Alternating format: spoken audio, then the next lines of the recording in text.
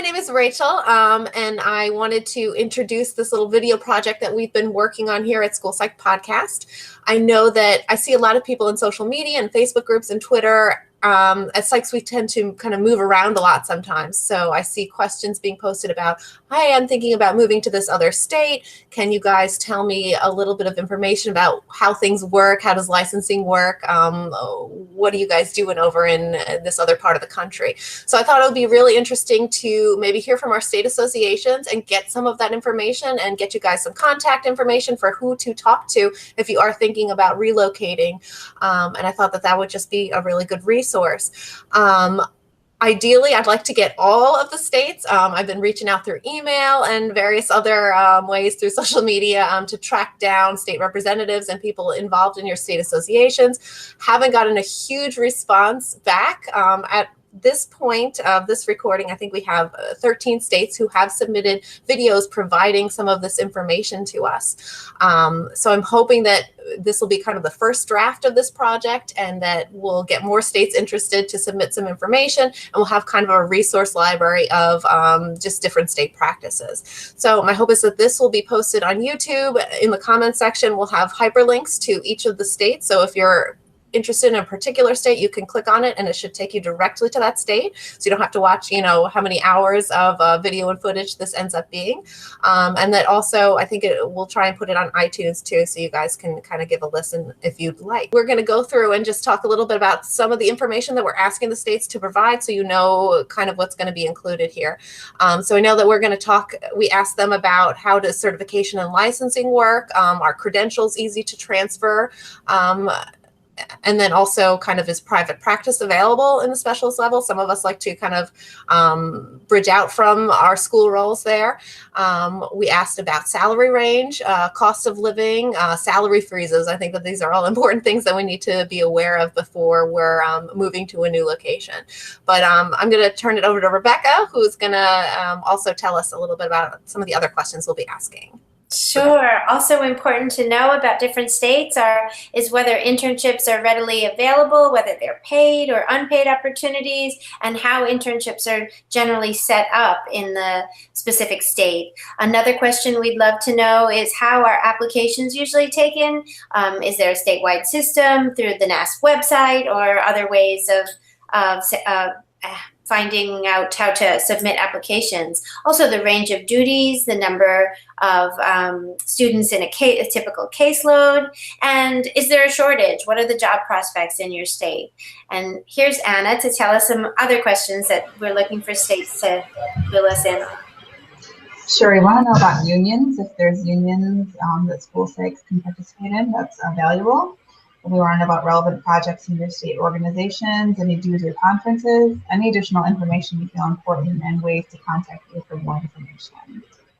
Awesome. So I'm hoping that if you don't see your state listed, maybe send them a nice email, hassle them a little bit, and tell them to get in touch with us and give us that information, and hopefully it'll be helpful to people out there watching. Thanks. Hi, I'm Lisa from Arizona, and I have some information for you about our wonderful Sunshine State. Certification is pretty easy to get here. You would go to the Arizona Department of Education, need a letter from a university or credentials from another state. There's no test to take, and the credential can come pretty quickly, and they will do it by mail. You do have to have an Arizona Department of Safety fingerprint card, but you can apply for that online. You may need to be in the state to get fingerprints taken for the level 1 fingerprint card, but we can help you with that here at the Arizona Association of School Psychologists. So salary range, cost of living, things like that. Salaries vary quite a bit across the state. We are having a tremendous shortage. We have a lot of need in rural areas, and salaries can range. Usually we're on our own salary schedule or sometimes an administrator's salary schedule. So probably in the 40s is the lowest starting first year rate, up to 80s for experience. Most districts have a max of transfer experience, but you got to negotiate that coming in. And again, we have members who will help you with that process. Internships are almost always paid unless districts are in a pinch. Intern salaries range from $25,000 to about $47,000. depending on where you are.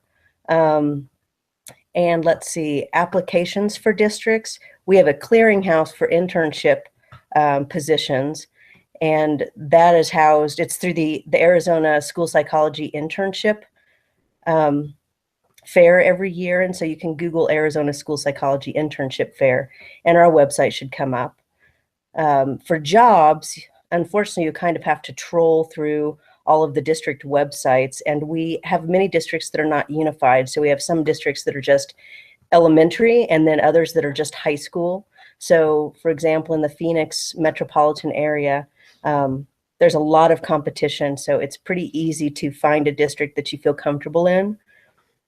Let's see, most districts have bargaining units, I guess, that include school psychologists. So sometimes we're our own bargaining unit, sometimes we're with the administrators, and sometimes we're a branch of the teachers' bargaining unit. But almost all districts have some kind of bargaining unit for our benefits, salary schedules, and things like that.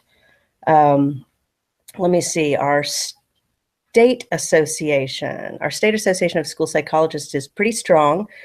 Membership is $75 a year, and that gets you access to the annual conference at a membership rate of $240 usually. It depends on what kind of speakers we've got that year. And that also comes with an abundance of regional trainings. We have 4 regions of the state and directors of those regions, and we do trainings throughout the year to get people CPDs for their NASP, NCSPs, and so forth. Ooh, I should mention, some districts pay additional if you have your NCSP. So some districts pay, I think the highest we have is maybe up to $2,000 extra on top of your salary for that NCSP. That's not widespread, but some districts do have that. Also in our state, you can, if you're working in a rural area, you can work as your own independent contractor and contract individually with schools instead of being a W-2 employee. So that's also kind of nice. So we have a number of practitioners that might serve 20 different districts in a rural area of the state, and they manage their own business that way. I'm trying to think what else might be important. I would say if you want to find out more about our state and you want a central person to contact, in our Arizona Association, we have a membership and professional standards chair that really is working on the shortages in our state and helping to make connections with out-of-state school psychologists who think they might want to move here, and connect with all of the lead psychologists. We have a network of lead psychologists in our state. And the name of that person is Wanda Fernandez, and you can email her at wanda.fernandez@aasp-az.org. I think this might be enough to get you started, but please feel free to let us know if you have other questions. Question number 1, which is, how does certification or licensing work, and do credentials transfer easily? And is private practice available for specialist level? So in terms of certification or licensing, all of the school psychologists in California graduates from a master's program with a credential in PPS, which is People Personnel Services, through the California Teachers Credentialing Commission.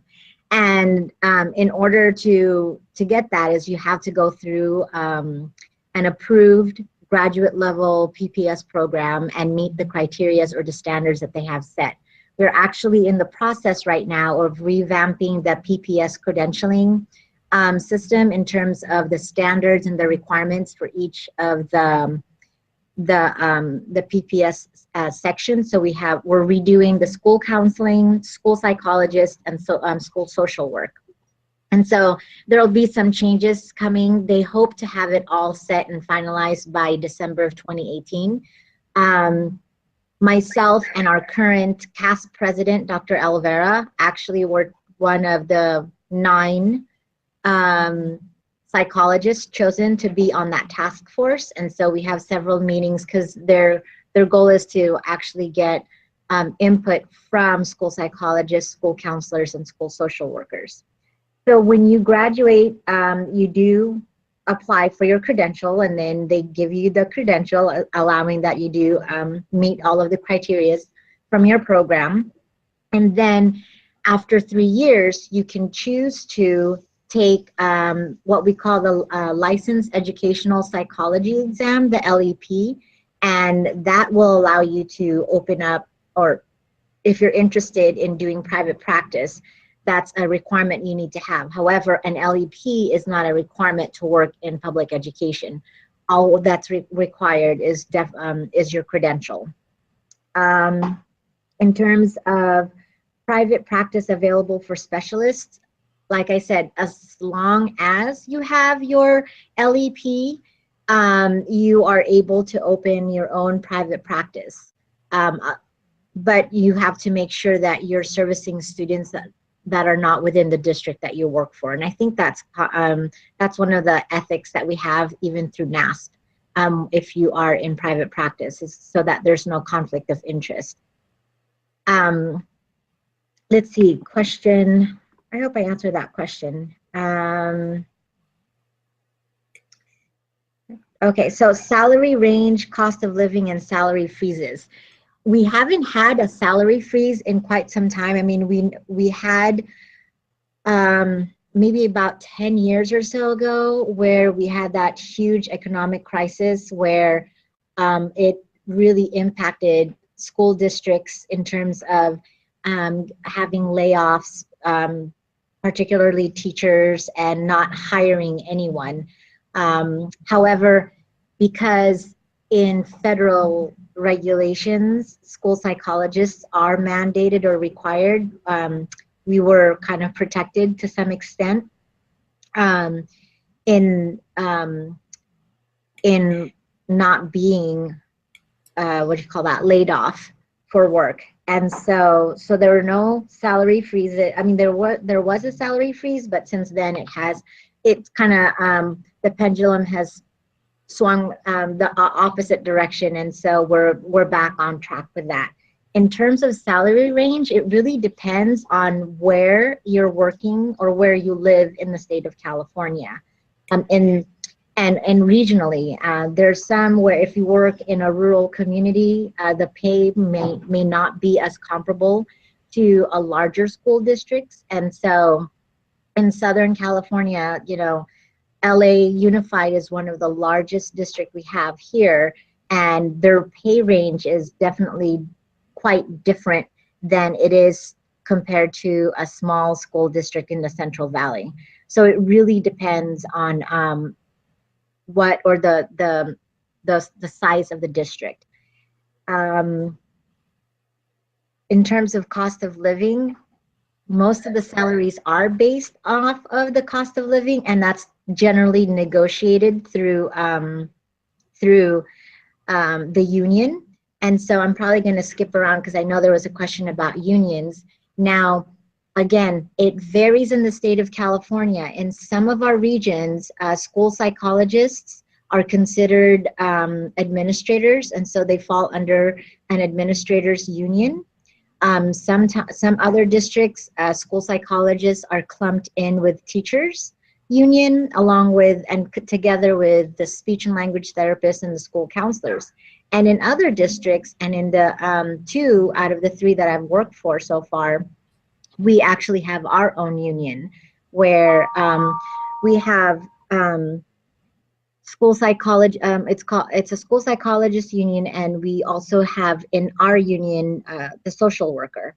When I used to work for Stockton Unified, we had our own union, and in that union we had our school psychologists, school counselors, speech and language pathologists, school nurses, and child and welfare attendance counselors. And so really it just depends on where you're at. There are some, when we had our board meeting, our state board meeting, several of the affiliates were asking, how did you guys develop your union? Because we would love to have that, simply because our needs aren't always met, specifically under the teachers union that they are generally clumped with or grouped in. And so it's just a matter of how the district really perceives what your role is and where you fall under that.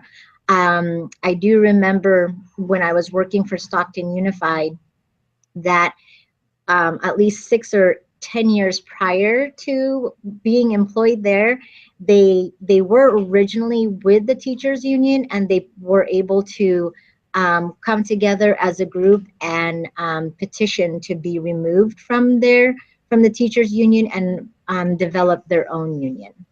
So that's the difference here. It just really matters where, in what part of California and the region you work for. Okay, so number 3, internships, availability, paid or unpaid, and how are internships set up.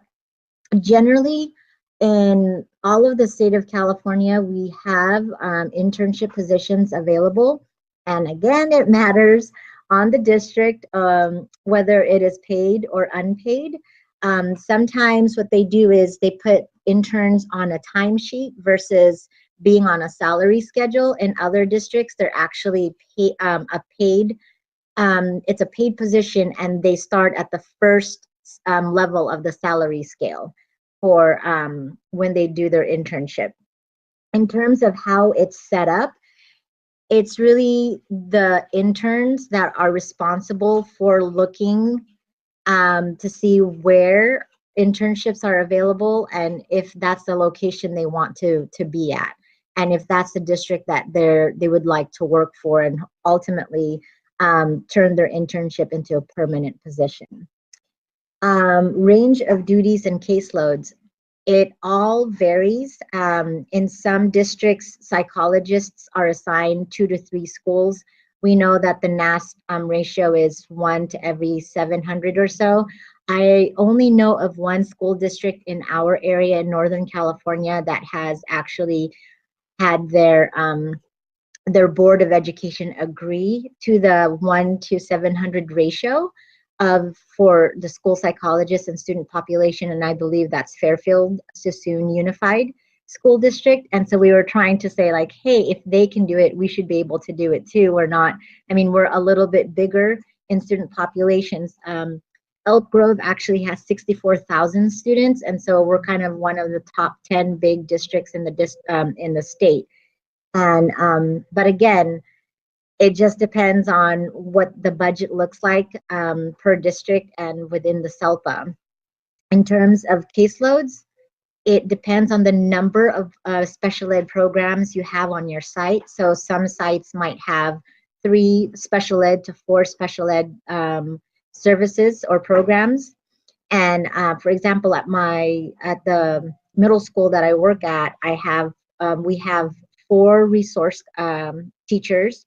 One who's an independent living skills teacher, which is for the moderate to severe population. We have an autism program, and we also have an adaptive behavior social skills support class, which is also known as our ED class. And so my caseload, my ratio, because I'm there 5 days a week, it's 1 to, I believe we're close to 1,000 students. So we're not only required to see special education students, but the requirements also is to see general ed. So it's the whole school that we service. So, I mean, if you think duties and caseload, it varies quite a lot.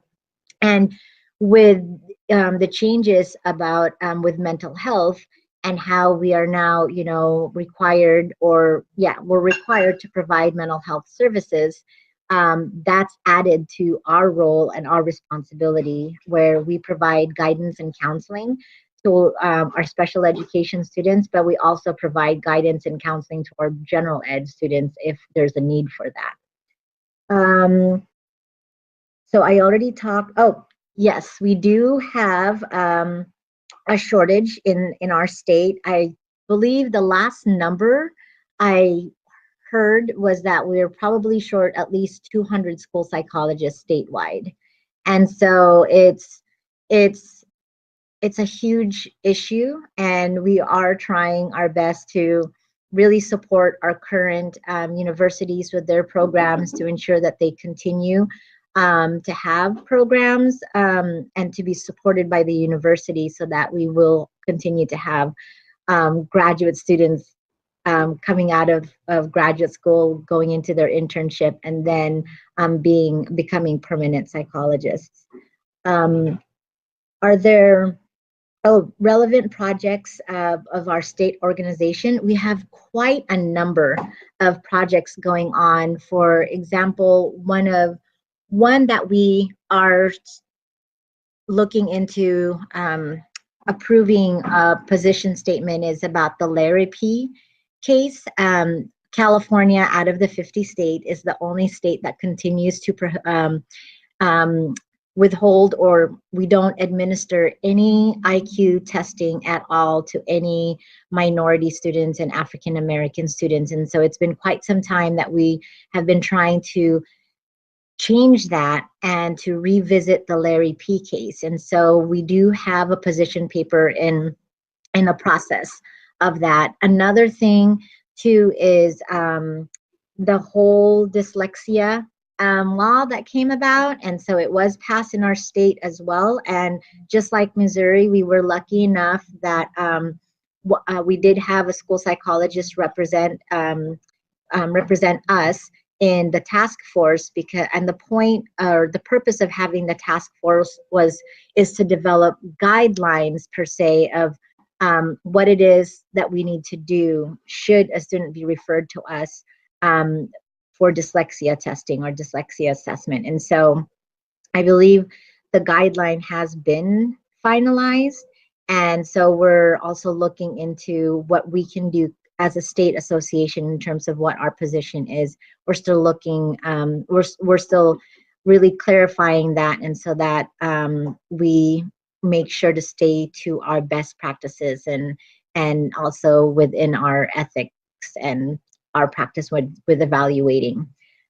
Another thing that we're currently working on is to continue with our mental health initiatives. And so we have our quarterly board meetings to keep updated with what's going on with mental health supports and services. We actually have one board member who's such an advocate for mental health that have provided and is on the state, I forget the name of the group, but they train school staff. It's called First Aid, and it's really to help them train about mental health and how to address that with students. Even if you're, a clerical worker in the front office, like what you can do should a student come to you with some form of crisis. The other thing too that we have in our state organization is we have different committees and groups that ensures to advocate for other to collaborate with other professions. For example, we have the Pupil Coalition Services.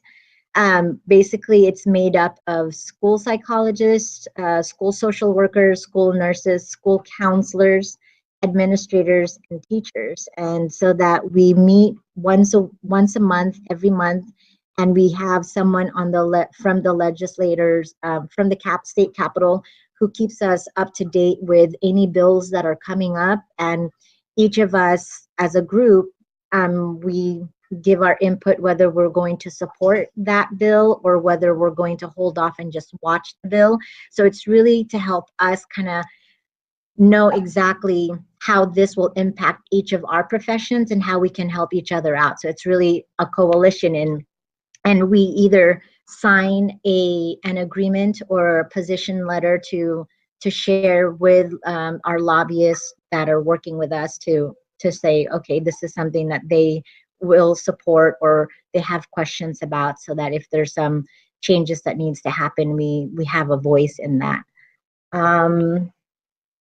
Let's see. In terms of dues and conferences, so the California Association of School Psychologists, we have student dues, which is a lot lesser, obviously, than regular full-time school psychologists. I believe the student dues are about 75 or lesser than that, and regular school psych dues are at least 135. We have one convention a year. which is held down in Southern California, but we also have a Spring Institute, which is always held in Northern California. And the reason why they did that is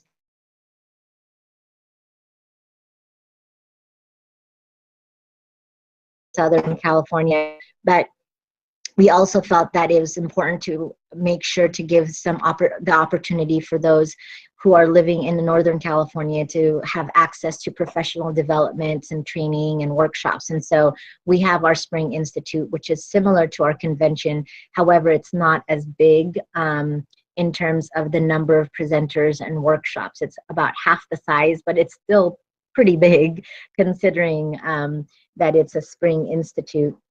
And then let's see, the other thing that our state association does is that we hold affiliate meetings and affiliate trainings. And so CASP, or our state association, is broken into 10 different regions. And within the 10 regions, we have smaller groups of school psychologists so that they too can hold their own workshops, professional developments that are also because for those that have their LEPs and even their NCSPs, they need the continuing ed units.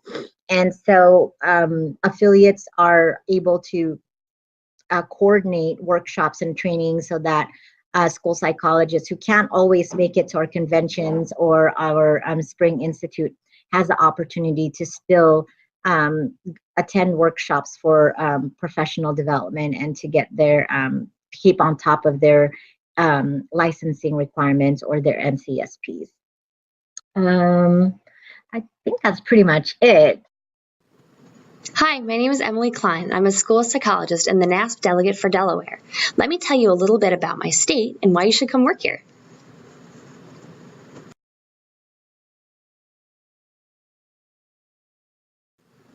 First, let's talk licensing. Getting your license to practice in Delaware is easy if you have your NCSP. If you don't, you just have to make sure that you've met the course requirements for licensure as specified in state code. School psychologists are licensed at the specialist and doctoral levels for practice in public schools by the State Department of Education, but this license doesn't automatically qualify you for practice outside of the public school setting. So if you want to do private sector practice, you have to make sure that you've met the additional requirements through that process. That's also available in state code.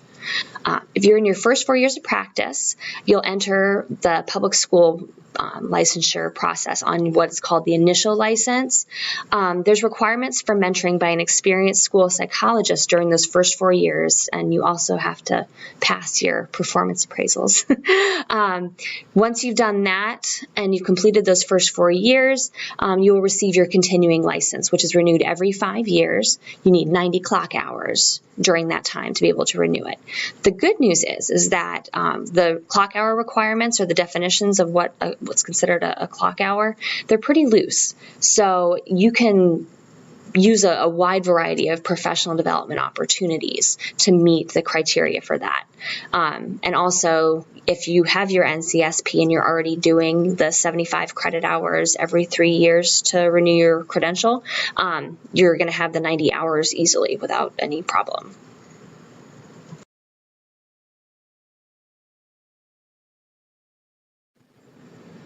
Let's talk salaries. Salaries in Delaware public schools are paid through a combination of state and local funds, so it can be a little bit tricky at first to figure out what your salary is going to be. In order to figure it out, you have to add the contributions from the state and from the local school district, depending on the number of years of experience that you have and your degree level. The state portion is by far the largest component of your pay, and that amount remains constant no matter what district you're in. The local school district contribution is what creates the variation in salaries from one district to the next, but the amount that they contribute is much smaller, only about 30 to 40% of your total pay. School psychologists are typically considered 10-month employees and are paid on the teacher's salary schedule, which has some benefits in terms of union membership that I'll talk about in a second. The teacher's salary schedule is broken up into individual salary schedules based on your degree level. Your typical specialist level school psychologist should have enough hours to qualify for the Master's Plus 30 schedule, although some specialist programs do have enough credit hours involved that you would end up with a Master's Plus 45. There's also additional salary scale for doctoral level school psychologists or doctoral level teachers even. So that's nice. Some districts, one of the benefits of them is that they will allow you to count your internship year as your first year on the step scale. So if you're starting your very first job in Delaware and you happen to end up in a district where they count that, you'll start actually on step 2 instead of step 1, which is nice. A rough estimate of starting salary would be somewhere in the neighborhood of $45,000 to $50,000 a year.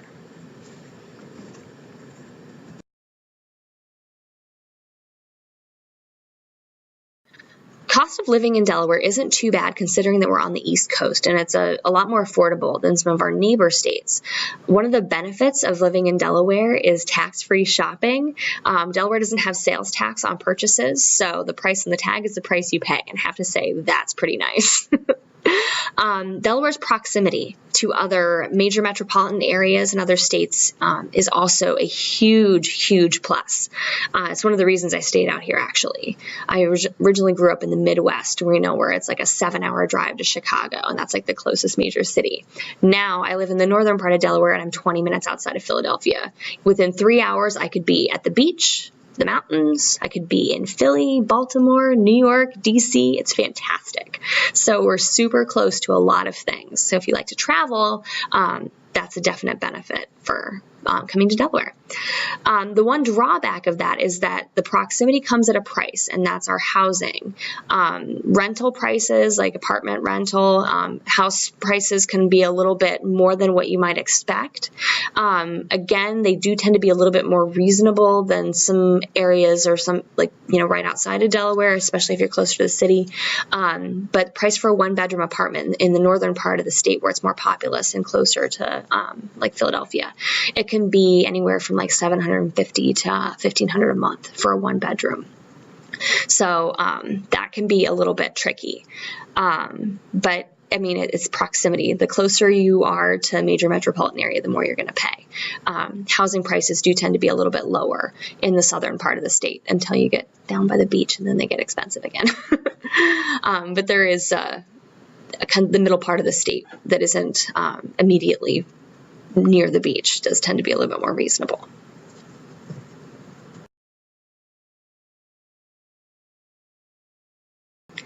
If you're looking to apply for a job in Delaware, it's really easy. Delaware has gone to a centralized application system. So if you go to the website www.joindelawareschools.org, then you can apply for jobs across the state. You can search by region, by position, all that kind of stuff, and see what's available. So that makes it way easier to find jobs in the state now that it's all centralized. And you don't have to go to each individual district and look for their postings.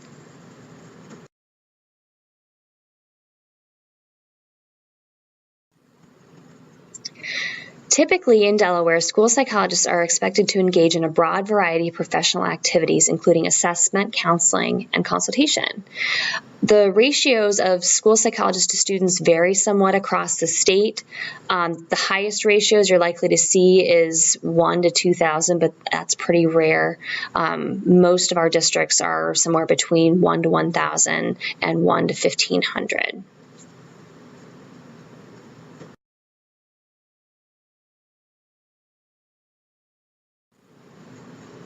Somewhere out there, there's been a rumor started that there are no job shortages for school psychologists on the East Coast.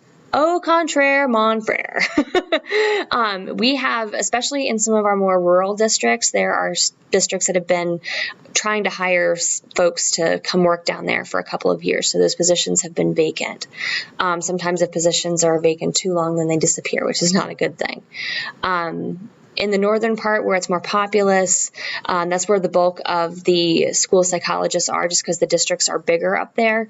There's usually at least one job posting even mid-year in one of those districts. So again, if you check out that joindelawareschools.org site, you can see where any job openings might be in the state.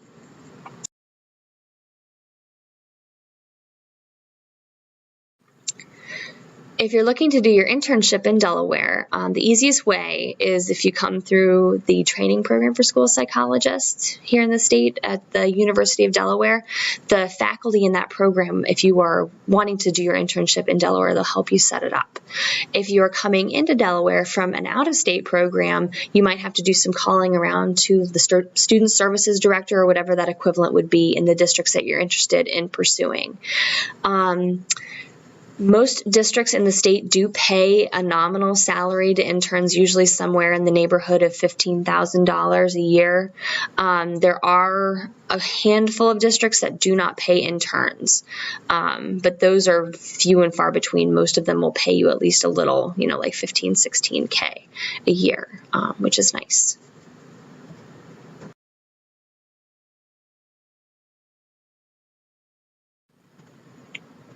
One of the benefits of being on the teacher salary schedule is that we're eligible to join the union. DSEA, or the Delaware State Education Association, it's a branch of NEA, the National Education Association. That's the union that covers public educators in the state. Being part of that larger collective bargaining group is really nice because there's not a whole lot of us in the state. There's less than 200 school psychs, I think, in the entire state.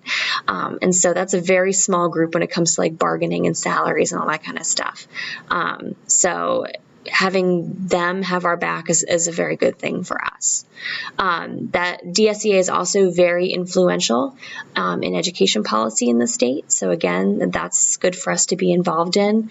They're actively seeking non-classroom based educators, are specialized instructional support personnel like school psychologists, to be involved in the union and to help be a voice and help guide policy. So if you want to get involved with not just our Delaware Association of School Psychologists, but that larger union, they're definitely very open and willing to have you come in and volunteer and to help shape the work that they're doing. I actually just found out that I got elected to the executive board as a representative from my county. So I'm going to be helping represent school psychologist interests as well as the interests of our students from our perspective on that board. So they're definitely someone who has our backs.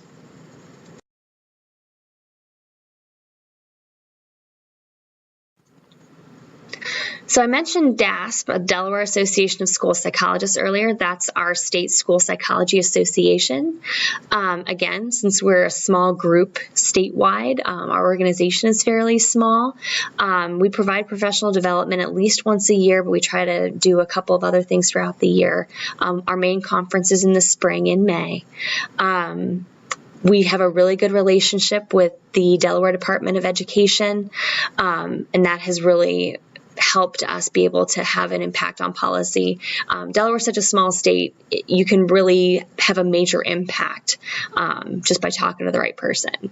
So that's something that's really cool about being in Delaware, is that you can really make things happen here if that's what you want to do.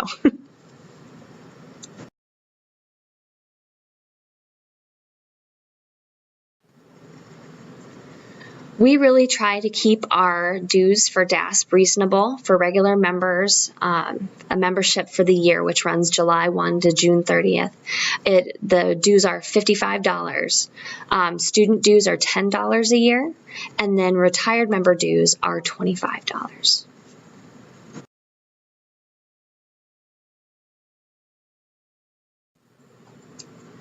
Well, I hope you've enjoyed learning a little bit about Delaware.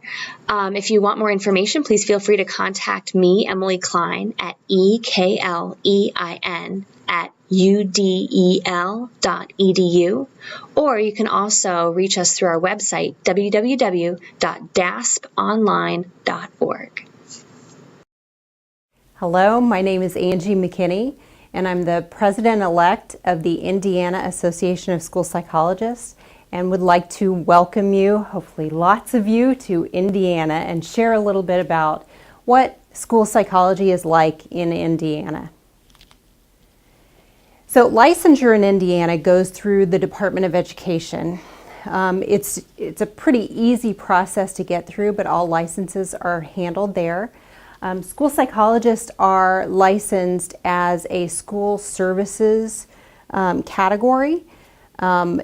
along with school counselors and school social workers. School psychologists hold licenses that cover preschool to 12th grade. There's also the opportunity for independent practice endorsement for school psychologists that want to practice beyond the scope of just working individually for a school system. And there's a lot more information on the Indiana Association of School Psychologists website about the independent practice endorsement. One great reason to come to Indiana, besides the fact that we do have all 4 seasons, so much that we get our fair share and fill of snow, but we also get springtime, fall time, winter. We have it all here. So when you get really tired of all those beach days or all those skiing days, you should think about coming to Indiana. The cost of living is well below the national average, and that goes both for our urban settings and our more rural settings. There are lots of different kinds of places to live in Indiana, and it's all relatively affordable. The average salary in Indiana for a school psychologist is right around $45,000 a year. Typically, school psychologists are hired in on a teacher contract or a teacher salary schedule. There are some variations across the state depending on whether or not school psychologists have an extended contract from the typical teacher contract, whether they might be hired in on an administrative schedule as opposed to a teacher schedule. There are also some districts that offer stipends, but it varies from district to district. There is no state set salary schedule of any kind that some other states might have. There are many opportunities for internships in Indiana when you're first getting started in school psychology, in a variety of different kinds of placements and districts. The internships are not at this point housed anywhere centrally. However, our association is beginning an internship clearinghouse through the IASP website that will reach out to local districts, administrators, to get them to post onto our system, and will also be available for universities to share with prospective interns, both in-state and out-of-state, about opportunities in Indiana. A lot of our internships are paying. There are a lot of opportunities to make some money while you're here for internship. There are some that are unpaid, but I would say more often than not we have paid positions available, and a lot of those turn into full-time positions. There are a lot of districts, when they're very happy with their interns, usually have an opening that they're also wanting to fill, and they filled it temporarily by an intern, and that turns into full-time work the next year. So great opportunities here. When you're looking for a permanent full-time position in Indiana, there are several different places that you should start by looking. One is on the Department of Education website, and this link will take you right to the job search, and it includes positions for teachers, administrators, as well as other school staff, including school psychologists. So that's a good place to start and look. You can also check the Indiana Association of School Psychologists website. A lot of districts will post those same positions for school psychology right on the website. So great centrally located information. The duties of a school psychologist are much like those across the nation, where it really depends on the district, and it depends sometimes on the school or the individual school psychologist. A lot of assessment still happening. A lot of us are spending a good majority of our time in assessment, but there are also many opportunities in districts for doing consultation, counseling, intervention work, working with MTSS within the schools. Just lots of places for us to carve out our niche and really get in there on a more preventative kind of end as well. We have some districts in the state that also have an individual school psychologist per building model, where that school psychologist is an integrated part of the school team and is there on a full-time basis. Most districts, you're going to find that a school psychologist will have multiple buildings within a district or within a special ed co-op that houses multiple school districts. And they're going to be serving a lot of different buildings. But again, there's variation out there, so depending on what you're looking for, there's probably going to be an opportunity to find that match. Is there a shortage? Yes, there's a shortage. There's a huge shortage in Indiana. It's definitely been an issue. There's a lot of contract work happening across the state, and we'd really like to reduce the amount of contracted employees around the state and fill those positions with good quality school psychologists. There are questions about the unions and associations across the state. Many of our districts still have teachers' unions or teachers' associations, depending on where you are, what they will call them. Depending on whether or not you are on the same kind of contract as a teacher or not, you would have the opportunity to join those associations at your individual districts. Some of the projects that our association is connected with, we have an incredible Indiana Association of School Psychologists. We employ an association management group that does a lot of work for us and helps to coordinate a lot of the efforts that we have as far as some of the big spheres that we want to have an influence in. And our association manager is a lobbyist that keeps us really up to date on legislation that we might want to be both aware of and have some influence in. Sets up opportunities for us to connect with other groups. Oftentimes our Department of Education or our local special ed administrator association will partner with us on different opportunities where we need to have some influence, where we have some common interests. So some of the things that we've been involved in, again, is the school psychologist shortage.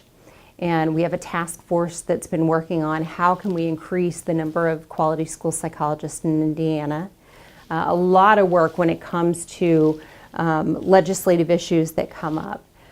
We provide professional development opportunities for both our members and our non-members across the state to make sure that we're continually growing as a group. And also we've had a lot of work with other groups who are continuing to see that incredible need for mental health support in our school systems. Our association has a fairly large fall conference and then also has a spring conference that is a one-day event and is usually offered via the web as well, so that some of our far-reaching members don't have to travel so far in order to be part of that.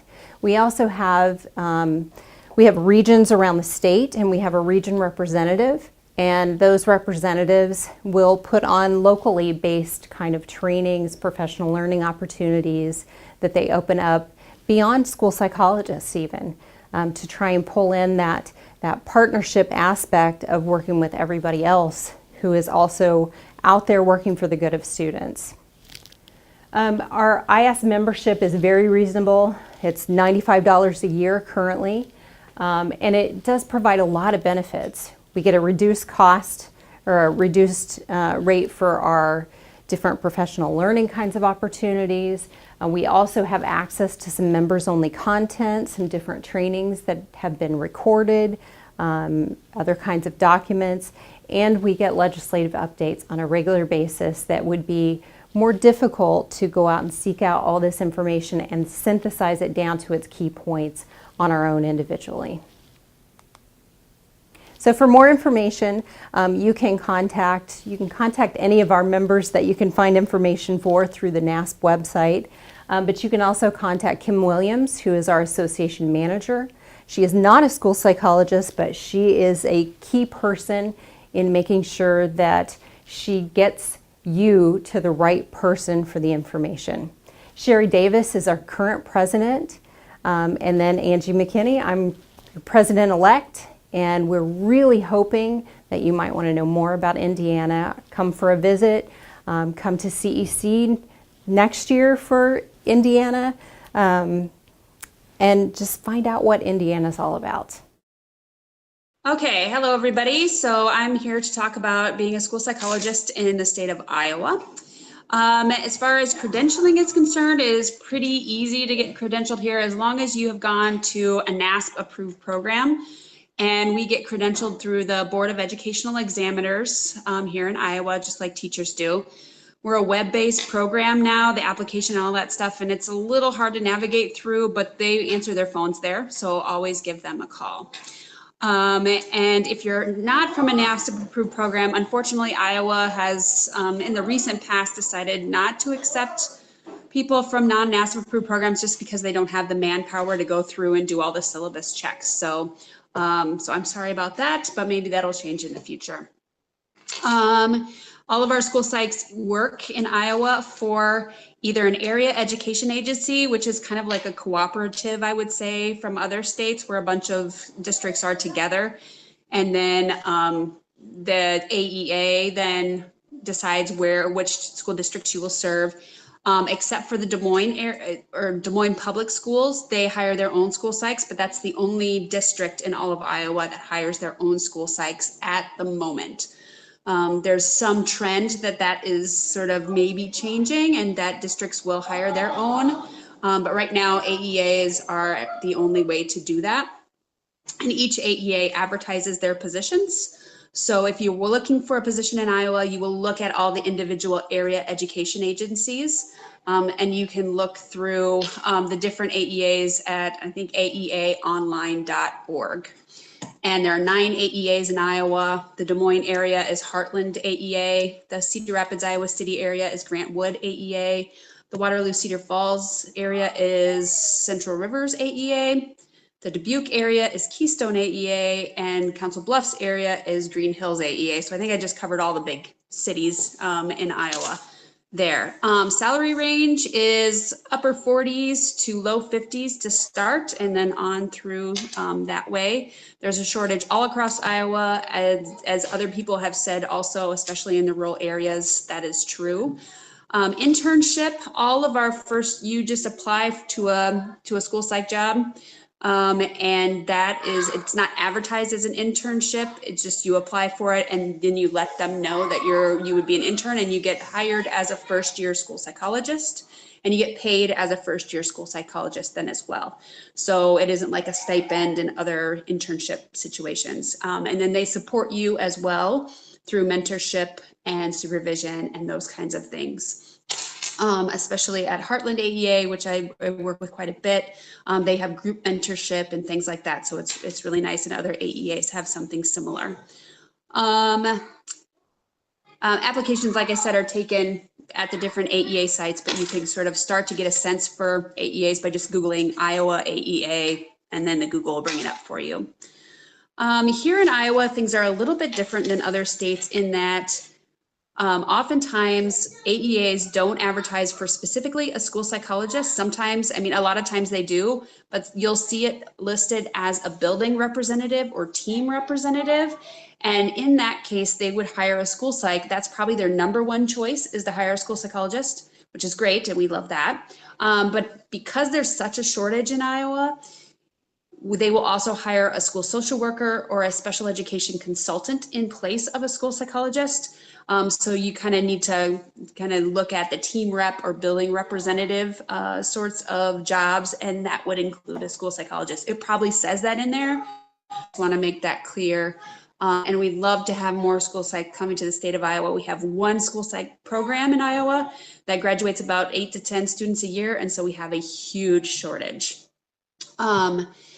Let's see, there are unions that school psychs participate in that are different from teacher unions, so that is possible as well.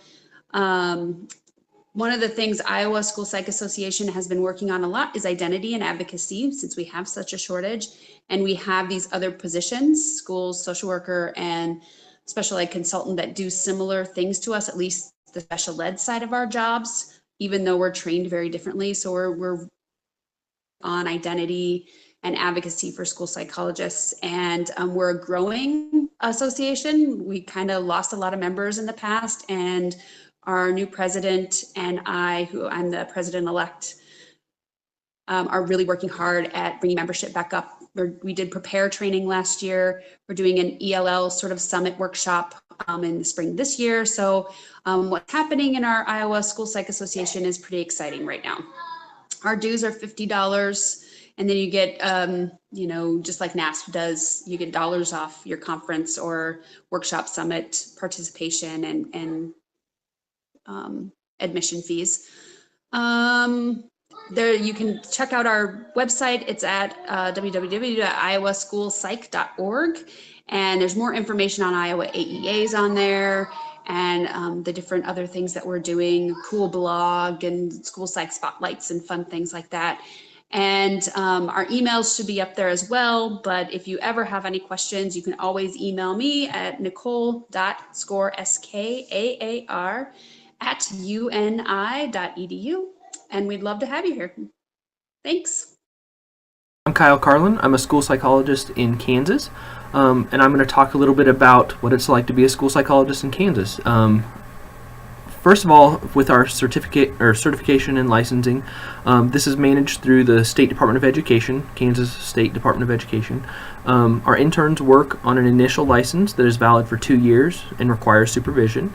Interns in Kansas do receive full salary and benefits in nearly all cases. Once internship requirements are completed, you can apply for a professional license, which is valid for 5 years.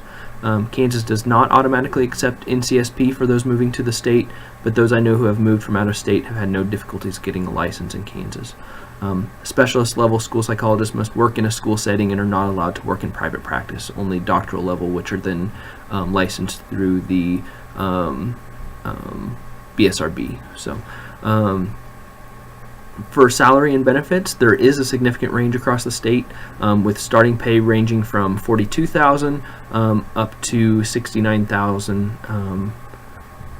District and cooperatives are also inconsistent in the contract length for school psychologists. Some work the same calendar as their teachers, which is about 180 to 186 days, while others will have 5, 10, or 20 days extra, which then the pay is prorated for that. According to payscale.com, the cost of living in Kansas is 7 to 14% lower than the national average. Pay scales have been frozen in most places across the state, but it has improved lately as the legislature has increased funding for schools in the last year. Internships are available throughout the state, and nearly all are paid, as I said before. Generally, internships are set up by the intern applying for an open position. The intern makes it clear through the application and interview that they will be an intern, and the district will determine if they have the resources to provide the supervision.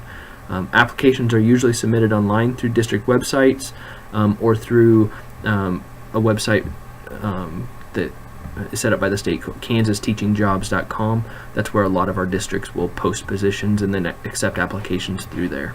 But some districts may use other employment sites or only post on their own websites. Duties in Kansas are generally focused on initial evaluations for special education eligibility, reevaluations of students receiving special education services, general education intervention planning and collaboration, and supporting special education teachers with IEPs, behavior plans, and other processes. Depending on the caseload and your own interest, you may also have opportunity to provide group or individual counseling, to be involved with system level operations, or to work in other capacities in your district or building. Caseloads vary depending on location, but the average ratio across the state is about 1,000 students per school psychologist. The shortage of school psychologists has been felt more and more over the last few years. Positions are open across the state, so prospects have plenty of choice when applying. School psychologists can join their local teacher unions, usually an NEA affiliate. In some districts, the school psychologists have their own bargaining group, which then works on their own contract separate from the teacher scale. The state association in Kansas is the Kansas Association of School Psychologists. Dues for that are $50 for full membership and $10 for student membership, and that membership runs annually from the day that you pay, not by calendar year. CASP provides a 2-day fall convention, a 1-day spring workshop, and then regional meetings that provide either half or full day trainings and collaboration. So there's plenty of professional development opportunities across the state provided by CASP. CASP also joins with the Kansas the Kansas School Counselors Association and the Kansas School Social Workers Association to put on the School Mental Health Awareness Day event at the Kansas Capitol. This event is used to advocate for students and necessary services. CASP has developed an evaluation tool for school psychologists and has worked closely with KSD on various issues. Currently, CASP is working on a comprehensive plan for addressing school psychologist shortages that will focus on retention, recruitment, respecialization, and restructuring. To learn more about CASP and school psychology in Kansas, you can go to casp.org, KASP.org, or email caspempowers@gmail.com. Thank you and have a good day. Hello, my name's Dan Florell, and I'm representing Kentucky and the Kentucky Association of Psychology in the Schools, or CAPS for short. And I'm going to give you a little bit of an overview for our state if you're considering practicing here, and maybe an easy way to figure out how to come on over down to Kentucky. So I'll just go through these questions of how certification licensing work. Certification for school psychologists is through the Kentucky Department of Education. In addition to having a specialist degree, you have to pass the praxis at around the level of the NCSP, or Nationally Certified School Psychology credential. Now, as far as its ability to transfer those credentials, if you're coming from another state, it does accept the NCSP credential, so that's going to speed up the process. You still have to go through the Kentucky Department of Education. If you don't have the NCSP, it's not a big deal. It just means you're going to have to fill out the full application. And once again, that's with the Kentucky Department of Education. Now, as far as private practice, Kentucky is one of those few states that doesn't allow school psychologists who are credentialed through the Kentucky Department of Education to practice independently outside the schools. To do that, school psychologists would have to be licensed through the Kentucky Board of Examiners of Psychology. And more information can be found on that subject, because it's way more than we have time today, at CAPS, KAPS, online.org, which has a report called The State of School Psychology in Kentucky. And if you go ahead and click on that, there's all the information that you would need on how to become licensed in the state if you're interested in doing private practice. Now, the next question, of course, is what sort of money are you going to make when you get to Kentucky? Well, we just did a salary survey in 2015 as part of that report that I was telling you about. And the average was $52,485, or breaking down into $291.58 per day. Of course, that also includes pension and all the other benefits. Salaries do vary considerably depending on the region that you work in the state. So one region reported as low average of $47,500 a year, all the way up to another region, which is in one of our largest cities, of $85,453. So as you can tell, there's a fair amount of variability depending on where you're going to live. Now, the cost of living is comparable to most states that surround Kentucky, but it's a lot less expensive than if you lived in the coastal areas, like Pennsylvania, New York, California, Oregon. And so if you're from the Midwest, it's going to be relatively about the same standard of living. Now, as far as salary freezes, we've been fortunate in Kentucky to not really have that. All districts set their own wages, and they are set to increase based on years of experience on a salary schedule. So there's not been any freeze of that process. However, the thing that we noticed between our 2010-2015 surveys is that there's been a rollback in extended days. And so school psychologists have not been working as many extended days, which has decreased the salary a little bit. I anticipate, due to our shortages in our state, that that's going to be reversed soon. And if anything, it'll be you get as many extended days as you would want due to the amount of workload that we have and the lack of school psychologists to fulfill that. So I think that you may have an uptick in salaries as well as more positions go unfilled. Now, if you're considering internships, let me tell you, Kentucky is the right place for you. We're very unique in that we allow our interns to become provisionally certified as school psychologists. And what this means is they can be hired in a school psychology position along with whatever associated pay with that position. paid internships that are widely available. One of my jobs is working as an instructor in one of the specialist school psych training programs. Our interns routinely get paid in the mid to high $20,000 range. We've had it all the way up to $42,000 for one of our interns, and as low as about $9,000. But other than a little blip a couple of years back, almost all of our interns have had multiple offers, and they all have paid positions pretty close to where they want to work. Now, interns are typically applied school psych positions and then get approval from their training program regarding required training experiences they might need to have during their internship. So it's basically, there's no statewide kind of provision. Positions are typically at a local level. So there is a statewide system that posts all available school positions, not just school psychology only. It's called the Kentucky Educator Placement Service Program. And once again, the link is available at the capsonline.org website. So that's the main CAPS website that we have, and there's a link directly to that placement service if you're interested in kind of following the job situation. We usually see the uptick, right around May, June, July is usually when you see the most activity, though these days you could probably get a job at any point in time where several openings currently that you could get very quickly. The range of duties and caseloads. Kentucky is a fairly traditional state in regards to school psychological services. Of course, duties vary from district to district based on whatever they prioritize our time with. But based on the data from 2015, the report that I was talking about, school psychologists spend about 60% of their time in assessment-related activities, and then roughly 10% of time are allocated separately for consultation, intervention, and RTI process.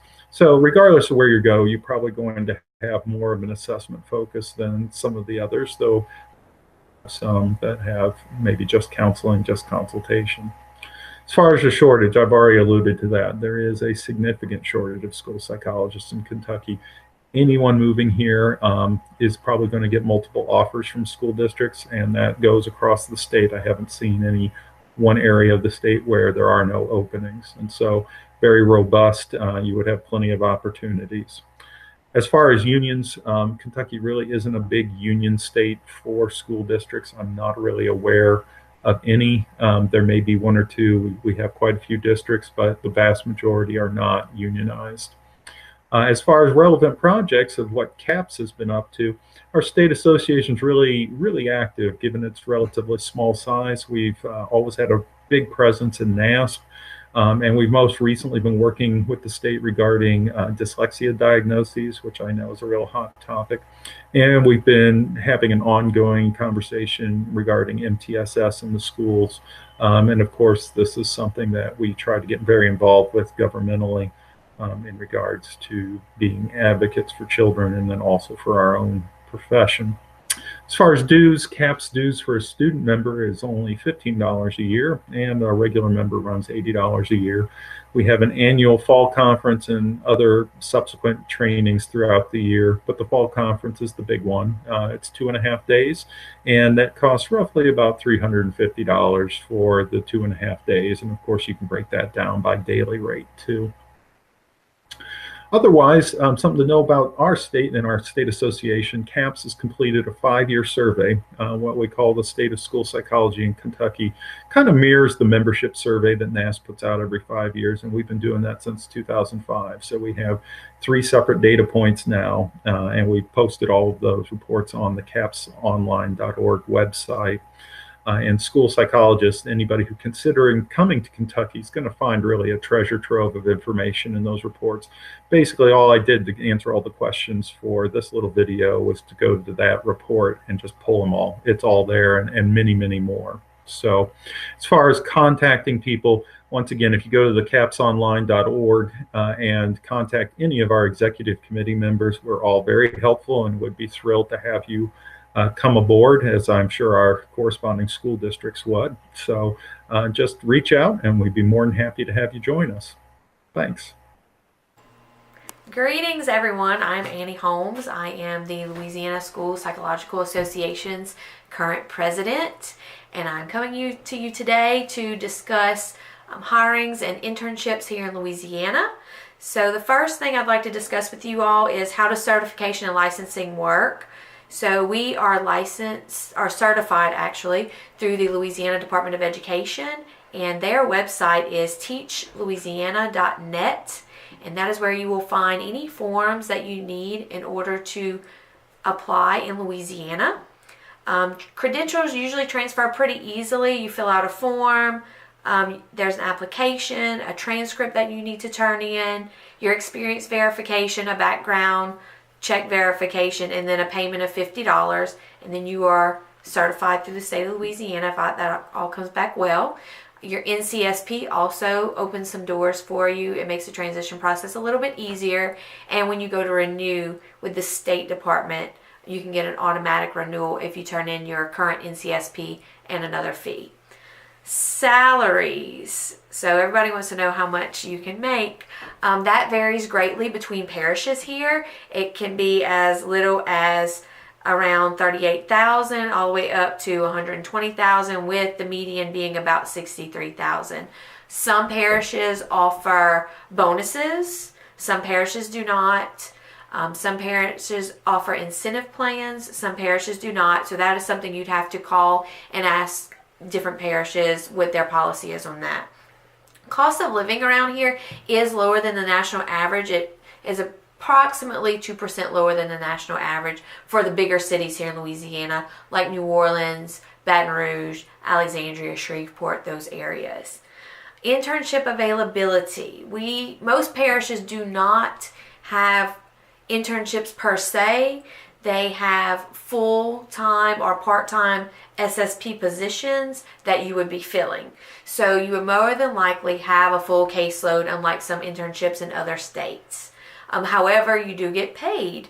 Most internships, you will get paid if you have a BS. You'll get paid on a BS scale as far as like teachers. If you have a master's, you would get a master's pay, and then when you earned your SSP, you would get the SSP bump.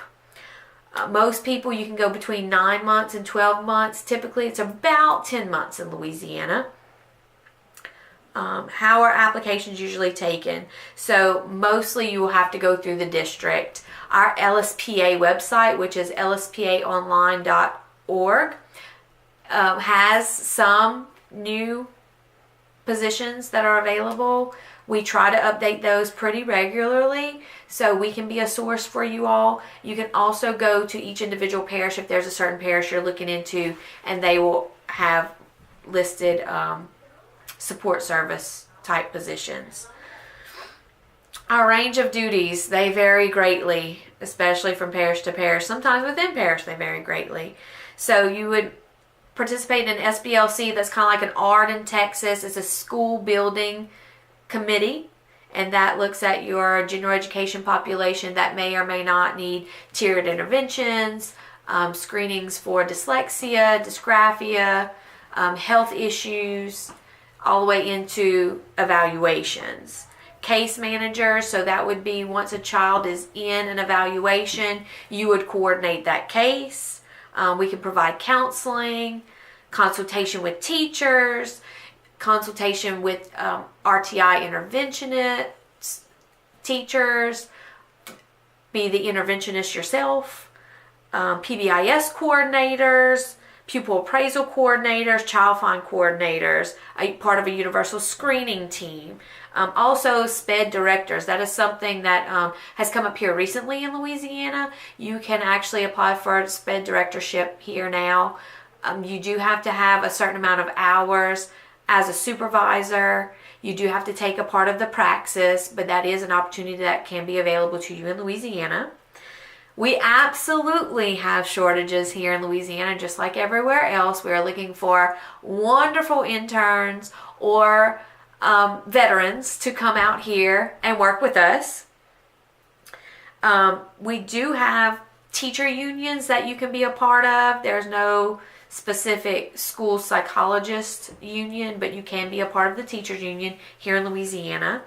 And some of our current projects with LSPA is we are working on helping out with the critical shortage. We are meeting with universities and talking up school psychology. We are working with our programs here in Louisiana to keep our interns here in Louisiana, because we've had some go out of state, but we would love to keep them here. Advocacy is a big item with us. We want to advocate for our critical shortage. We want to advocate for our school psychologists and getting us the most help that we can get in Louisiana to help us with this shortage and help our children. We are also developing our own disaster response team. So we are also transitioning, like with the NEAT teams with NAS, we are creating our own disaster relief team. So that is something that is up and coming with us. As far as our conference, LSPA conference is held in the beginning of every November. It's a $75 annual due for practitioner. We've had presenters. We've had Dr. John Kelly. We've had Dr. Tom Fagan, Dr. Tom Savage, Dr. Alan Coulter, and various other presenters come to our little state conference. But it is wonderful. We have great hospitality, great Southern food, lots of music, lots of fellowship and networking that go on. So we would love to have you all come over. We have small town, rural parishes, if that's something that you want to find all over Louisiana. We have great big cities. I know everyone knows New Orleans and Baton Rouge, but we have some other bigger cities, Shreveport, Alexandria, Monroe, that also, if you need that big city life, it's there. We have Mardi Gras. We're about to celebrate next week and have Mardi Gras. So, that's a big draw for lots of people. Get down, have a break in the middle of the second half of the year, get down there, have some beads and some king cake. And again, we have a wonderful conference. We pull in a lot of people. We have a lot of wonderful local talent as well as big national talent that we bring in every year. We try to keep it diverse, and we try to get out to our membership and see what is their pulse to get those people in that's really going to make a difference in our practice. Who to contact? You can go online to lspaonline.org. You can contact me, Annie Holmes, at president.lspa@gmail.com, or you can email our wonderful PR chairperson, Amanda Chisley, at lspa.publicrelations@gmail.com. Sorry about that. So we look forward to hearing from all of you, and we really, really, really would love to have you in Louisiana. Have a great night. So I guess I'll start by introducing myself. My name is Katya Sussman. I am the co-advocacy chair for the Missouri Association of School Psychologists. So I'm representing Missouri. So with the first question, how does certification and licensing work? We actually are a pretty easy state overall.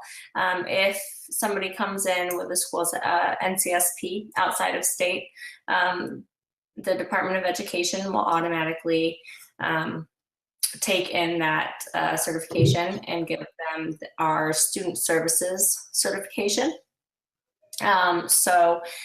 Basically what happens is whether you graduate from a NASP approved program or you transfer in with an NCSP, then you go ahead and apply for that student services certification. And once that application period is done, which is a month, 2 months, then you are able to work as a school psych in the state of Missouri. As far as private practice, we don't have school psychs in private practice at the specialist level, only at the PhD level if you have a clinical psych background as well. So you'd have to have clinical psych and school psychologists to be a private practice psychologist. As for the second question with salary range, cost of living, and salary freezes, We don't have a statewide, any statewide information on this. In the St. Louis region where I'm from, the salaries for practitioners range from about $53,000 for a first year to the mid 30s or low 40s. And that's in those smaller charter schools that don't have the big district funding. And then that goes all the way up. There's no salary freezes in place here in Missouri. And it does change with the region that you're in. So Kansas City is closer to that 48-55 range. And then rural, it'll go down, obviously. As far as cost of living, that's one thing that St. Louis and the state of Missouri is actually pretty good for. We have a good cost of living. It's pretty low. So your money goes a long way. Number 3, internships, availability and the setup of internships. So we do have paid internships available. They range anywhere from $30,000 on the high end to $5,000. And I don't think we have any unpaid internships, so all of them are paid, which is nice. We do have more internship placements than interns available. We only have 2 programs in the state of Missouri. One is an Ed-S, and then the other one is mostly a PhD at Mizzou. So we do have more placements than opportunities. Many districts have to hire outside of the state, especially in Kansas City area where there are no school psych programs, and also in the rural areas. So Northwest Missouri has been seeing a lot of problems with getting interns and even school psychologists.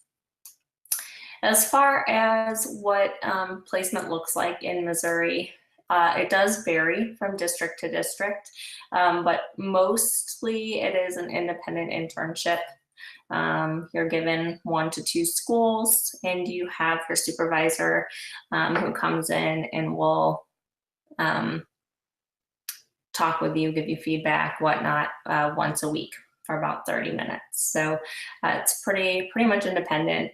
I've only seen a couple of shadowed internships throughout these couple of years. Number 4. As far as applications, we do have a Missouri-wide system. It's called moteachingjobs.com. And most of the larger districts have their own web-based system, and they'll just put an advertisement out on moteachingjobs.com. Otherwise, it's NASP communications, and then we also have a careers in school psychology section webpage on our MASP page as well. So we do have those options, and then word of mouth. All right, number 5, range of duties and caseloads. It does vary widely across districts and the regions and the state. In Independence, which is just outside of Kansas City, they have a more systematic role. The job is more social, emotional, behavioral. And there's only, I think, 8 of them for the entire district. So it's much more working with leadership to put in place some of those social emotional learning pieces. But then on the St. Louis side, we have Special School District, which is a huge district that only offers special education services to over 20 districts in the county of St. Louis. And so there, the majority of the job is testing and placing, since we're getting our money through special education. So we have a much smaller realm in terms of what we do. So there's a huge difference. Kansas City side of Missouri is much more progressive than the rural and the St. Louis areas. So there's a lot of diversity. As far as caseload, I'm in the St. Louis County area, and out of the 20 districts that we have in that St. Louis County Special School District, the average is about 35 cases a year. but then the range can go as high as 60 to 70 per year. So it's pretty high if you think about it. Number 6, is there a shortage? Yes, there is definitely a shortage. I think everybody is in agreement on that. We do not have school psychs working in every district or region, especially in those rural areas. We are not at the NASP 500 to 700 to 1 ratio. I think average in the state is 1,200 to 1,500 to 1. So we're pretty high above that. Most districts have school psych openings that go unfilled, especially in Kansas City area and the rural regions. Where Mizzou is in the middle of Missouri and St. Louis, we pretty much have all of our jobs filled every year just because we have those training programs nearby. But in those areas of Missouri where we don't have training programs, we do have difficulty placing school psychologists. So it kind of depends on where you are in terms of the shortage. On the other hand, though, we're also still trying to promote this job of school psychologists. So there's a lot of districts that have school psych examiners because Missouri still has school psych examiners. And so we're trying to break that wall down and say, no, you need a school psych because they can do so much more. And so we're still working on that. And it's kind of a chicken or an egg scenario. Do we get more programs to then get more people out there to show them that we, what we have, or do we try to build the infrastructure and then bring programs in? So we're kind of, what is a school psych examiner? That's a good question. Not everybody has that. So school psych examiner is basically, they have I believe it's a master's in examination. And so basically they only know how to provide basically cognitive testing scores, academic achievement testing scores, but they don't have any behavioral background. They don't have any observation background. So they just come in and they test. So they don't have that kind of broad perspective and systematic approach. It's just, here are a couple of courses on assessment. Now go give assessments. And in the rural school districts, we've been seeing counselors go and take these 2 assessment courses and then come back and act as a school psych examiner, even though they don't necessarily have that certification. So we're trying to phase it out slowly, but it's slow going right now. So we're trying to work the best of both worlds. So number 7, moving on. We do have our MNEA and our normal teachers unions. So that's really, we don't have a school psych union. It's just our educators unions that we allow school psychs to be a part of.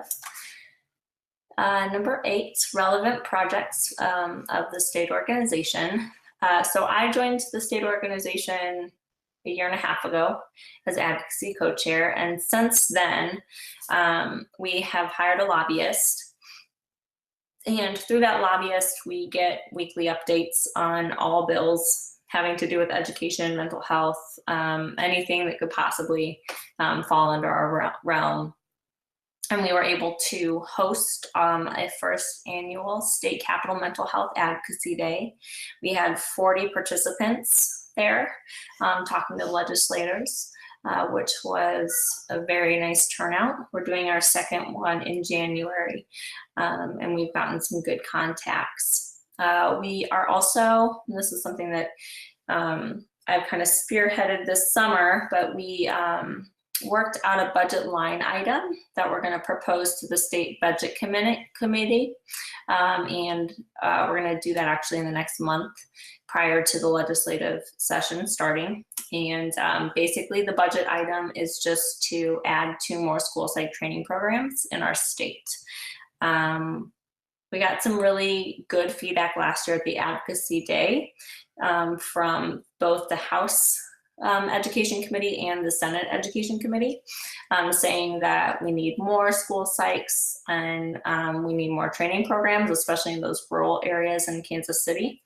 And so they said that if we proposed, got the numbers together and proposed a certain amount to promote new school psych training programs, that they would back that.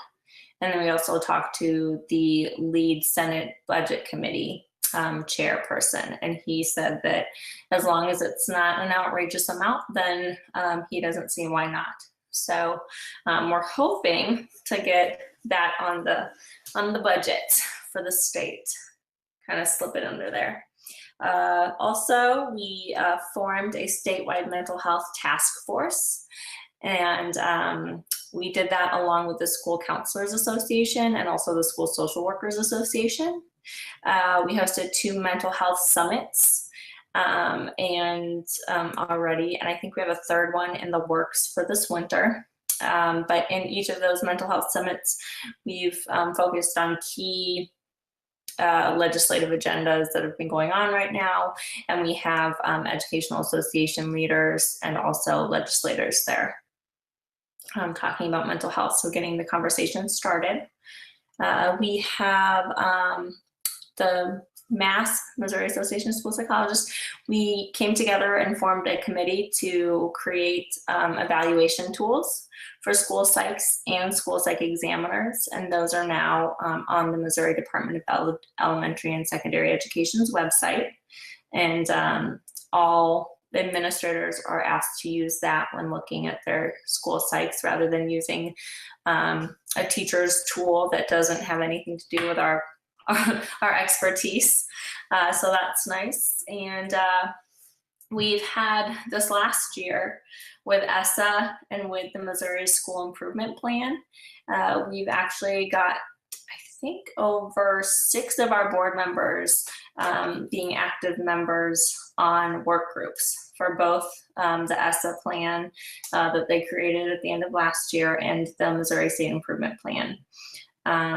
So we've been very active in creating those accountability measures and those Department of Education standards to help better our students' outcomes. We also, a year ago, had the dyslexia legislation that has swept the nation came to Missouri and was passed, unfortunately.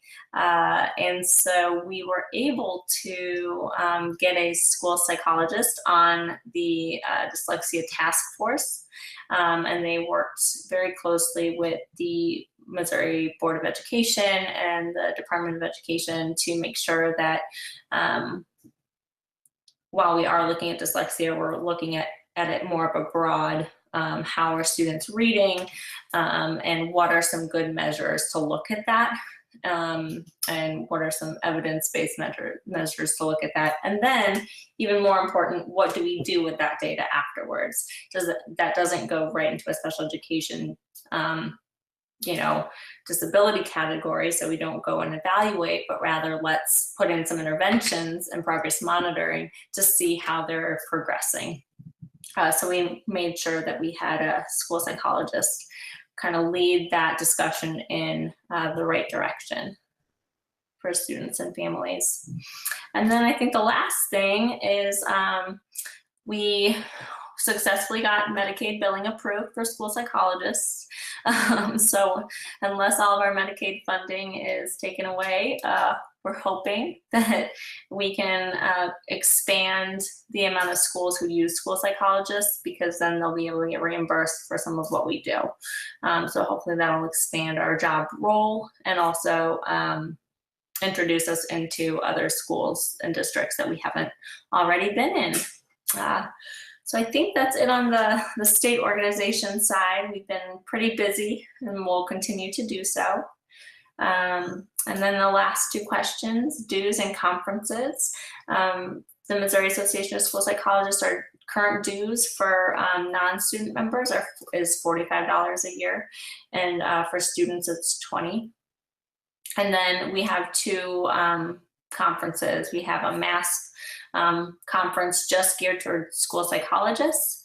And then we also have a spring collaborative conference that we host with the Missouri Council of Administrators of Special Education, the Council for Exceptional Children, and the Missouri Speech, Language, and Pathologist Association, as well as the Thompson Center for Autism and Neurodevelopmental Disorders. So we try to get a large combined conference where we can speak to other school psychologists, but also speak to other educators in the field, and expand our outreach through that. Fall conference, or that spring conference, is $150, and then $50 for students, and it's a 2-day conference. And then lastly, if you want to learn more about Missouri or Missouri Association of School Psychologists, our president is Michelle Augustin, and just masspresident@gmail.com. And then our website also has all of our information. So if you have any questions, otherwise I think that's it. Imagine your morning commute requiring you to drive through Yellowstone National Park on your way to a one-room schoolhouse, with your only delay being that you have to wait for a herd of bison to mosey in front of your car, or stop to watch as a grizzly bear plays with her cubs in a field.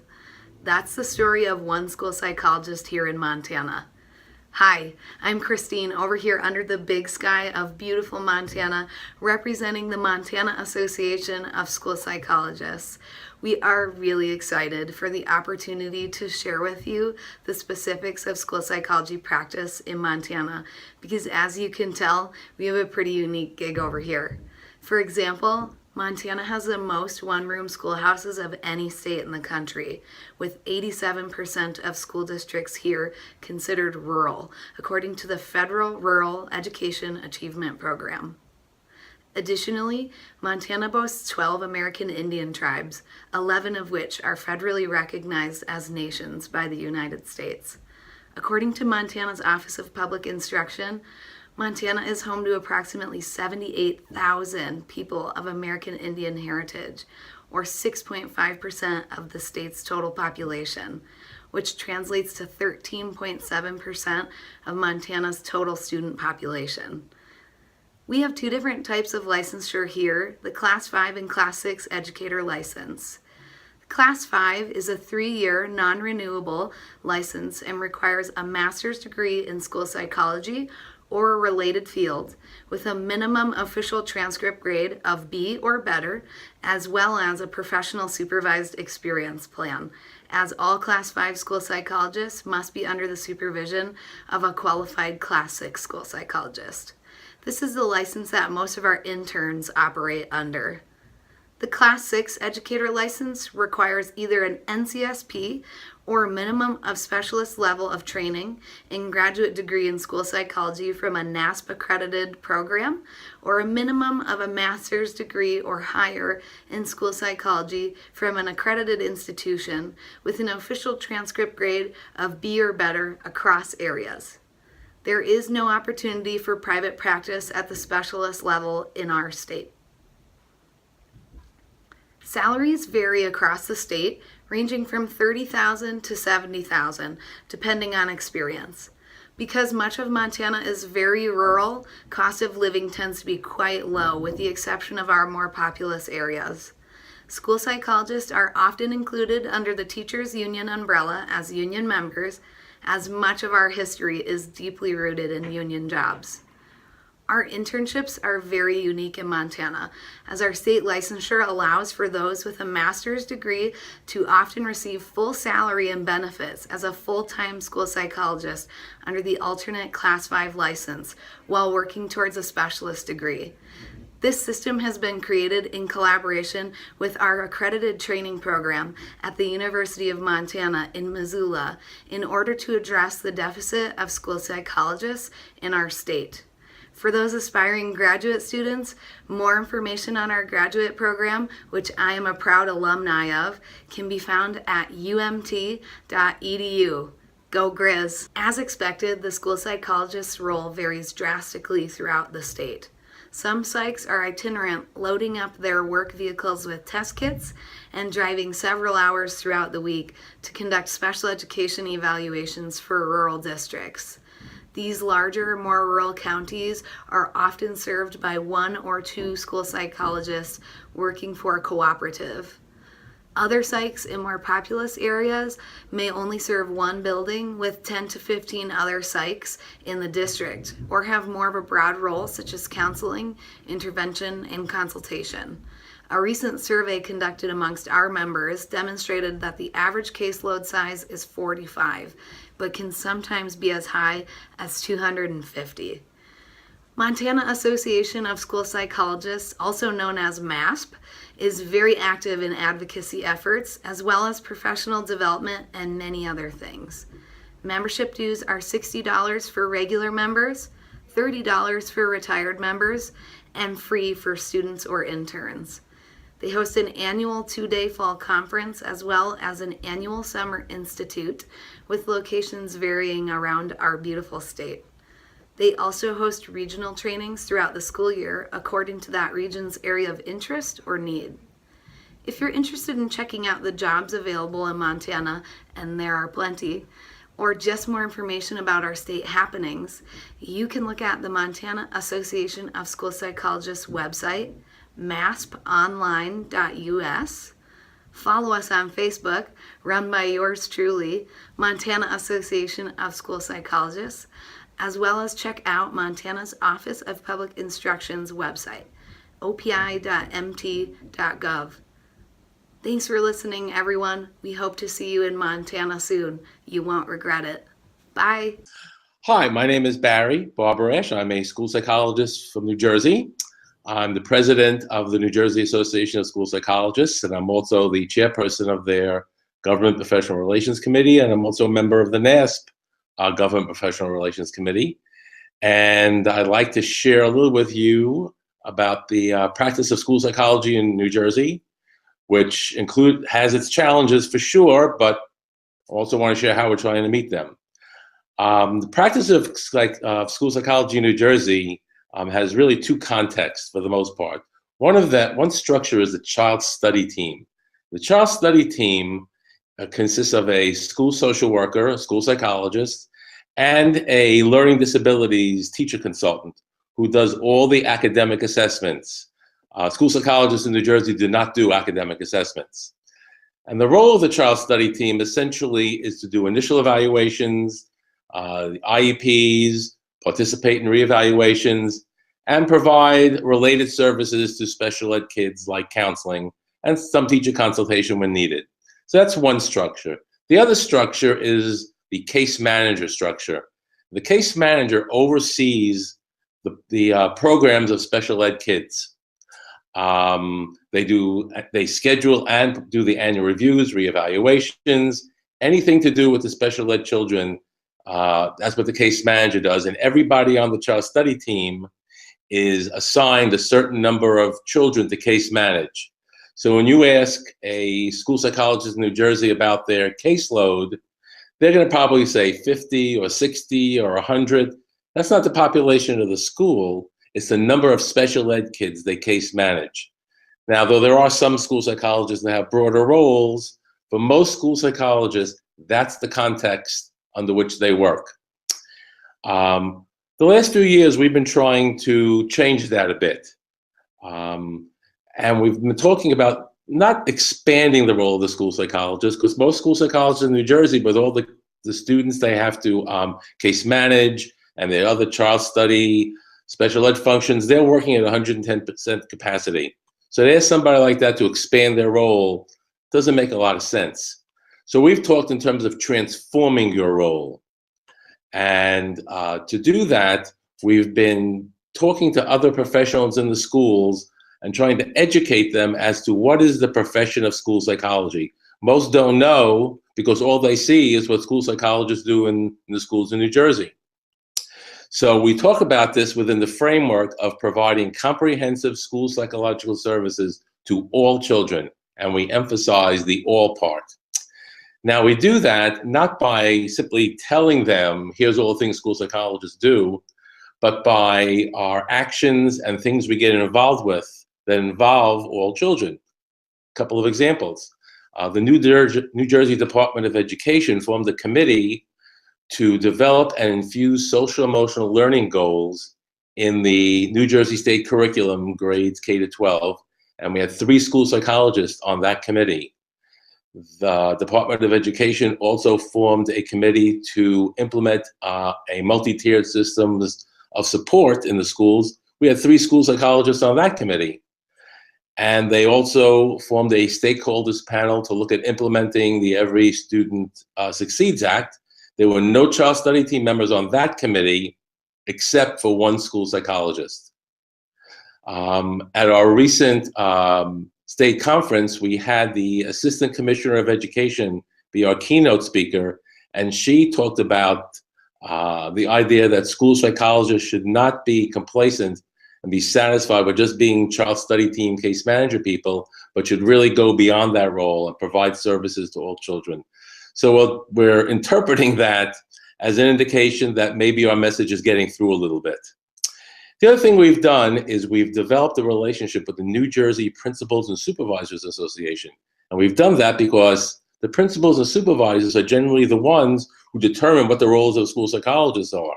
So we've met with them several times to kind of educate them, let them know what we could offer. Last November, they contacted us and wanted to meet with us to talk about how principals might deal with children who are afraid to come to school after the last election. And it was great that they contacted us about that.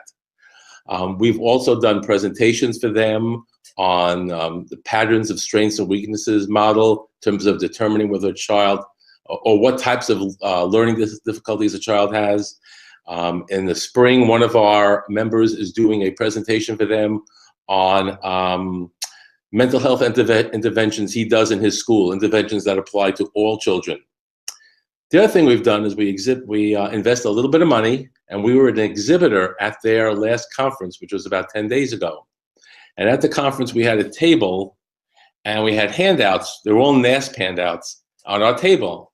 Now, the handouts did not describe what school psychologists do, but it had information about, for example, things like school violence, mental health in the schools, bullying, how to deal with homework, social emotional learning, all things that school psychologists do for all children, because we want to help them see that school psychologists do provide services to all children and have them associate school psychologists with working with all children. So if something comes up in the school, if there's a crisis of some kind, that they think of the school psychologist as one of the people they should involve, not simply for issues involving special education.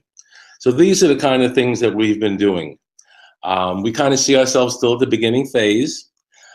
This really is talking about systems change, and systems change is extremely difficult, especially when the system has been in place for about a half a century, which is about how long this system has been in place in New Jersey with virtually no change. And we all know that people don't like change. This is the only model that they're aware of, so it's not their fault that they don't know any better, so we're trying to educate them. And that even goes for school psychologists who may not have exposure to any models. But we think it'll be well worth it, and we think the beneficiaries will be all school children in the state of New Jersey. If you'd like any further information, please feel free to contact me. My email address is barryeva, BARRYEVA, @comcast.net. And I appreciate the opportunity to share all this information with you. Take care. And how do people apply for school psychology jobs in New Jersey? Is there a state system, or? There is a website, New Jersey Hire. It's njhire.com, and you register for that. And that has a lot of the openings. But there are other websites like simplyhired.com and NewJerseySchoolJobs.com that also list job openings for school psychologists and other school positions. So that's another good source of information, I think, for anybody who's looking for a position in New Jersey. Hi, I'm David Lillenstein. I am the president of the Association of School Psychologists of Pennsylvania, and I'm going to try to address some of the questions that Rachel has sent. Certification is the way that school psychologists are able to operate in Pennsylvania. The certification is provided by the Pennsylvania Department of Education. We do not have licensure for school psychologists. However, there is licensure for psychologists, but a licensed psychologist may not operate within the schools unless they are also a certified school psychologist. Credentials do transfer between states. However, the state that the credential was received in previously will impact how easily or how smoothly it will transition or transfer into Pennsylvania. All of that is outlined on the Pennsylvania website for the Association of School Psychologists of Pennsylvania. That is asponline.org. That's ASPP online.org. And there are links there that will take you through the process for transferring your certification. We are not an NCSP state, so having an NCSP is an outstanding thing to do. However, it does not guarantee that you would be able to be transferred into Pennsylvania. Private practice currently is permissible if you are a certified school psychologist and you are operating under a school district. However, that loophole is closing for anyone who comes out of a training program within the next, I think, 2 years. Anybody after that will no longer be allowed to operate a private practice. Keep in mind, though, that the private practice is only available to individuals who are currently employed in a public school setting, and it's purely a loophole, but that loophole is closing. The salary range for a school psychologist in Pennsylvania varies rather significantly across the state. Generally, the salaries are higher in the eastern part of the state, around Philadelphia and Bucks County, and around Pittsburgh. But the northern tier of Pennsylvania and the rural areas tend to have lower salaries. But there are 500 school districts in Pennsylvania, and each school district sets their own salary scale. So the salaries do vary quite significantly. There are salary freezes in some parts of the state. Those areas tend to be more of the rural areas. However, for the most part, there are no longer salary freezes. But that, again, 500 districts, that's a district by district basis. The psychologists, most of the psychologists in Pennsylvania are members of the bargaining unit or the association. The association is typically a member of an NEA affiliate, and the urban districts tend to be more AFT affiliates, but the majority of districts in Pennsylvania are NEA-related associations. The Pennsylvania State Education Association is very active and represents school psychologists if they are members of their local association. Some districts in Pennsylvania do not hire their psychologists under the bargaining unit, but rather under an administrative contract. This allows the districts to provide a little bit more flexibility in the number of hours, in the start and stop time of their psychologists. It also allows for a little bit more flexibility in the salary range that is available to the psychologists, that they can negotiate their starting salary, they can negotiate bumps or changes in their salary a little bit more so than if the psychologist is tied into a bargaining unit. So that is something to keep in mind. However, the majority of psychologists in Pennsylvania are members of the association or the bargaining unit. The cost of living in Pennsylvania varies rather significantly. The eastern part of the state is much more expensive than the western part or the rural part.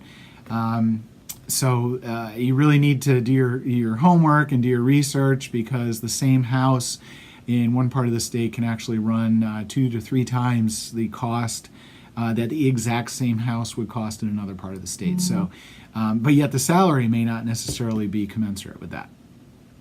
Internships are available throughout the state. They tend to be more plentiful in the eastern part of the state than the western part. They are paid, however, they are also unpaid. On the ASP website, we do have a database that we try to keep that lists all of the different internships that may be available in Pennsylvania and the salaries that they offer. A typical salary for an internship is around $10,000. Some are more, some are less, but that's a fairly safe ballpark amount. Typically, the internship does not include benefits like health insurance, and typically does not include, any of the other benefits that you might get, like year credit for year of service and all of that. So, it is an internship, and that's it. Internships are set up by the individual seeking the internship. I do know that training institutions from out of state place their interns in Pennsylvania, and Pennsylvania can provide some really good internship experiences. But again, 500 districts. Within those 500 districts, you have many different school buildings, and the internships vary rather significantly, so it's important that you do your homework. Applications are advertised individually by districts, both for internships as well as positions. There is the Pennsylvania School Boards Association that has links to positions that are open. There is also the ASP Facebook page where we advertise positions, both internships and full year positions. Otherwise, it's really tough if you're looking to move to a certain area. What a lot of psychologists would say is start calling the districts and finding out where the positions are available. Currently, there are positions that are going unfilled in parts of the state. The northern tier of Pennsylvania, along the border of Pennsylvania and New York, has unfilled positions. The area around Williamsport, the area around Hazleton, Wilkes-Barre, Scranton has positions that are unfilled, as do some areas of western Pennsylvania north of Pittsburgh. Some of the urban cities, urban locations in Pennsylvania have also been unable or have had difficulty filling their positions. Positions tend to fill rather quickly in suburban and wealthier areas, and in those locations, as far as I know, positions are always filled. However, there are open positions as I speak right now. Many of the school districts, in fact, most of the school districts no longer take paper applications. Most of them subscribe to some kind of an online application submission system. But again, every district is different. They tend to follow within a region a similar manner for accepting applications, but every district is different. And what I would suggest is that you just go to the website for a district and you go to their personnel page and you see how they accept their applications. Range of duties and caseloads is going to vary rather significantly, not only across the state, but within districts. You have some districts like my own, which has a very good ratio. Because of that, we have an extremely diverse role. But you have other districts where psychologists are doing 150 evaluations a year or more. I don't think I've done 150 evaluations in the last decade. So it really varies significantly, and that's something that needs to be looked at, on a district by district basis. As far as the range of duties, the eastern part of the state tends to find a better ratio, and many of the psychologists may be building based, and they may also, because of that, have a more diverse role. They may be able to involve themselves in more than just assessments and evaluations. But again, that's case by case by district. Are there unions? Yes, there are unions. I think I've covered that already. Relevant projects in our state organization. Our state organization is very active. There are currently, I think, about 1,700 to 2,000 school psychologists in Pennsylvania. Our state association represents between 500 and 600 active members. However, we speak on behalf of all the school psychologists in Pennsylvania. We put on a fall conference at Penn State. There's every year a spring conference that we tag team with Duquesne University's School Psych program, as well as Temple University's School Psych program, and we co-sponsor the 2 spring conferences. One of them is in Pittsburgh and one is in the Philadelphia area. And then the fall conference, we tag team with Penn State University's School Psych program, and we have a conference in the fall in State College. In fact, the Fall School Psych Conference at Penn State is the longest running school psychology conference in the country. And Penn State has an endowed speaker fund, so we have a 2-day conference. The 1 day is all local talent. We have presenters present 3-hour workshops on the first day, and then the second day of the conference is an endowed speaker where we bring somebody in with a national name to speak about some national topic. Our dues currently for membership are $75 per year. Students are $25, and we do have a first year and second year school psychologist fee of $50. Retired members are $25. Attendance at our conference, for the full 2-day conference in the fall, it's $200, and for a 1-day attendance, it's $125.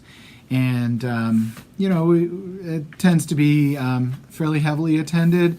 However, with close to 2,000 psychologists in the state, and most of the school psychologists actually attend NASP, so our state conference association, or state association conference is actually percentage-wise less attended than in many states. We also have a Department of Education in Pennsylvania at the top, and then below that we have training and technical assistance. Below that we have intermediate units, and then we have the districts underneath the intermediate units. The Training and Technical Assistance Network and the intermediate units in Pennsylvania offer a lot of professional development opportunities for free.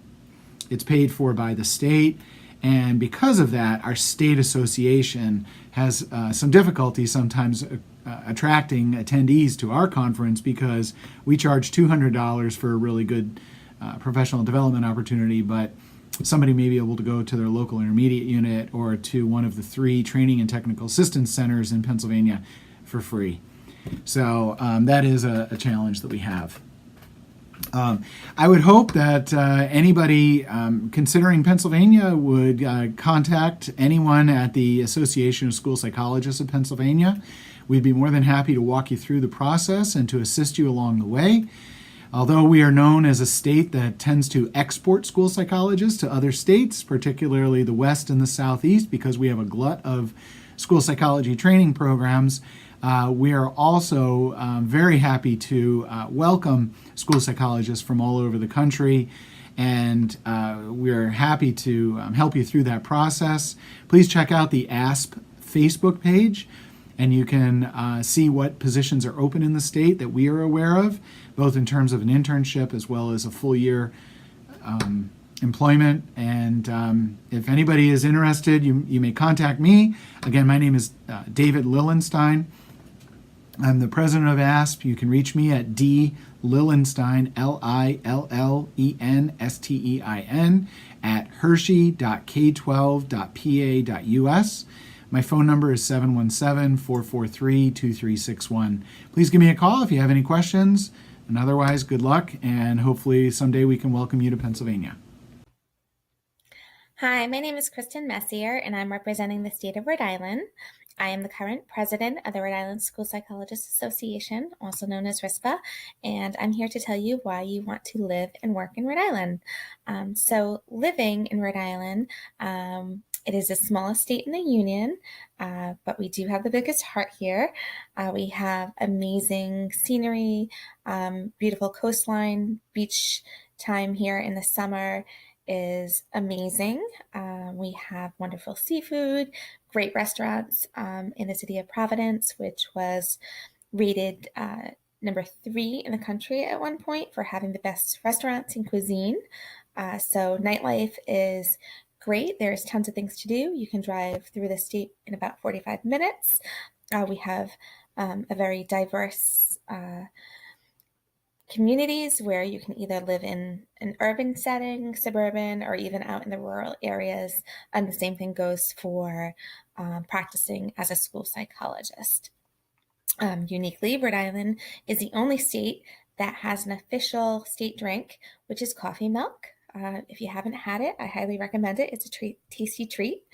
So that's definitely a bonus living in Rhode Island, being able to have your coffee milk at any time, and also Dell's lemonade during the summer, and then grabbing a wiener from Onlyville, which is a landmark here in Rhode Island. So as far as living, it's really a unique place and offers a lot of amenities. As far as being a school psychologist in the state, I'll tell you a little bit about how you would go about doing that. So the easiest way to get certified is to go to the Rhode Island Department of Education's website, which is www.ride.ri.gov. They have some really nice guidance documents about how you would go about being certified as school psychologists. So we fall under the umbrella of a service professional or support professional. So you would click that link on the website and it spells out the pathways to becoming certified. So you would just have to prove that you attended an accredited institution for grad school, and then also that you meet the competencies that NASP lays out. You would have to take the praxis in school psychology as well and show proof of those scores. If you are an out-of-state practicing school psychologist, you would additionally show any other state that you have been certified in previously, any past work experience, and when submitting for your certification. So they will do a record review, if you will, to determine if you meet the course requirement. The website has frequently asked questions regarding certification process, and it's really nice. It lays out how long turnaround time is for processing your certification and any other questions that you have. So it's pretty laid out on the website. So that would be the best resource to go to figure out next steps in getting certified here in Rhode Island. So as far as licensure or private practice in the state of Rhode Island, specialist level school psychologists are not allowed to be independent. So you would have to have your doctorate in order to have a private practice here in Rhode Island. So a little bit about the roles and responsibilities of a school psychologist in Rhode Island. So we have 36 districts in our state and varying practices. Some of our schools are urban and suburban, and some school psychologists are still practicing in a very traditional role as far as doing meetings and assessment primarily, whereas other school psychologists are heavily involved with MTSS and consultation and counseling, also doing meetings and assessments, and really being advocates in their district. So it really does vary, again, from what district, town you're practicing in. And I have found just advocacy for your role within the district goes a long way, and really selling what you as a school psychologist just can do, and really advocating to practice within the NASP practice domains as well. So internship opportunities within Rhode Island. So typically how internships are set up in Rhode Island is through our training institutions. So we have two. We have University of Rhode Island and Rhode Island College. So Rhode Island College will connect with varying districts who are interested in having interns, and there is a stipend that is typically attached to that, which is roughly about $10,000 a year. And those districts have agreements with Rhode Island College to train the interns in the way that they have spelled out. So pretty much following NASP guidelines.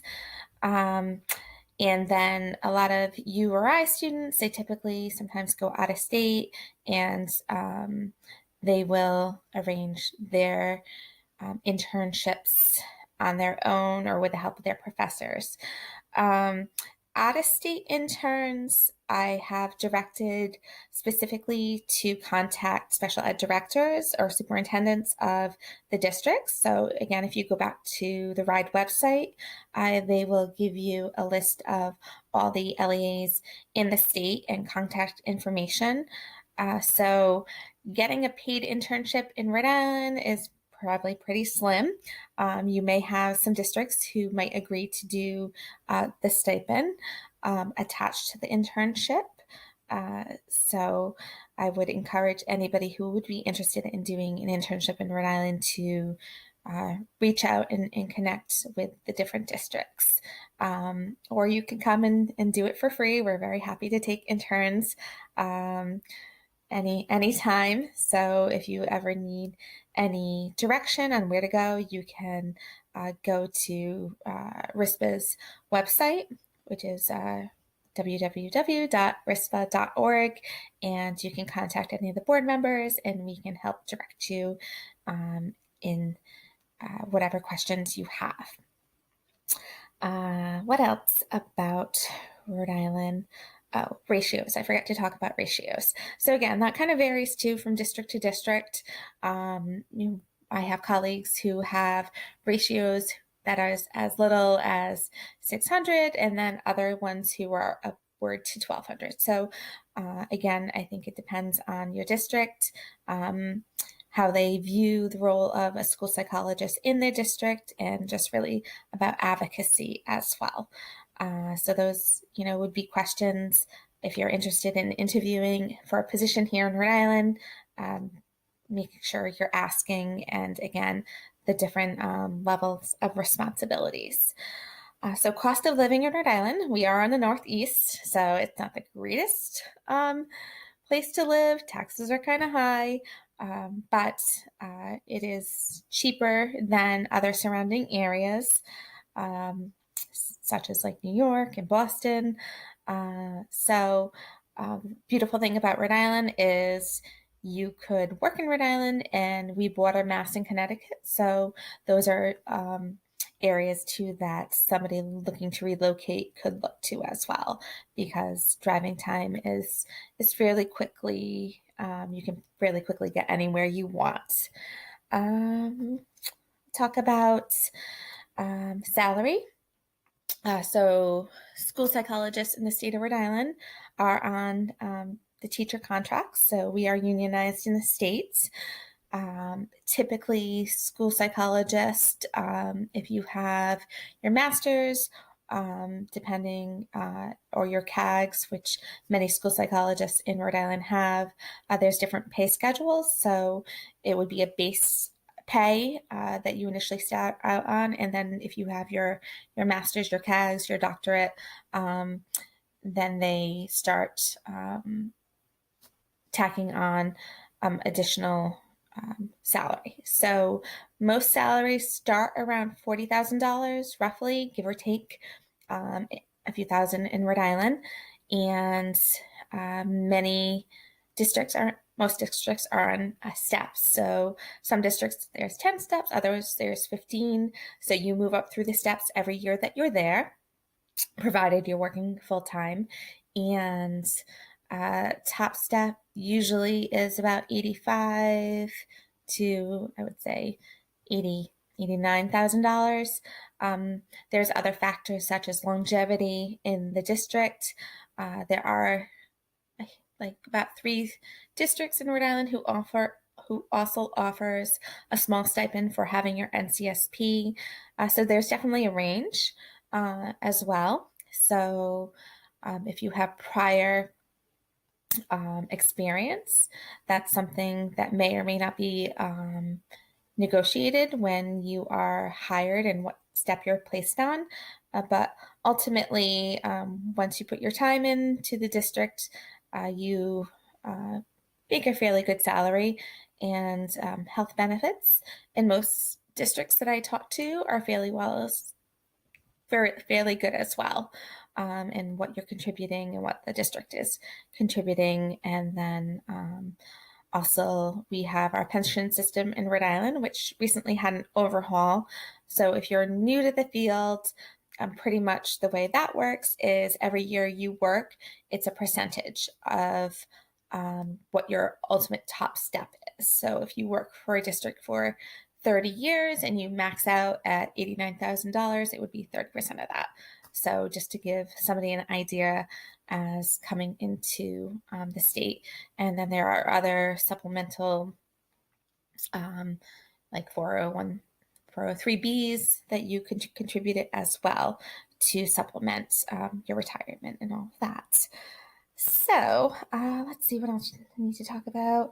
RISPA. Yes. So the Rhode Island School Psychologists Association. So right now we have a really strong board. We do a lot of work around professional development. So we hold our annual fall conferences, and then we try to do other things such as workshops and mini PDs as often as we possibly can during the school year. We meet monthly. We typically try to go somewhere fun, have a bite to eat, maybe an alcoholic beverage. It's a great opportunity to network and socialize with colleagues, receive peer supervision. We're involved with a bunch of different advocacy efforts right now.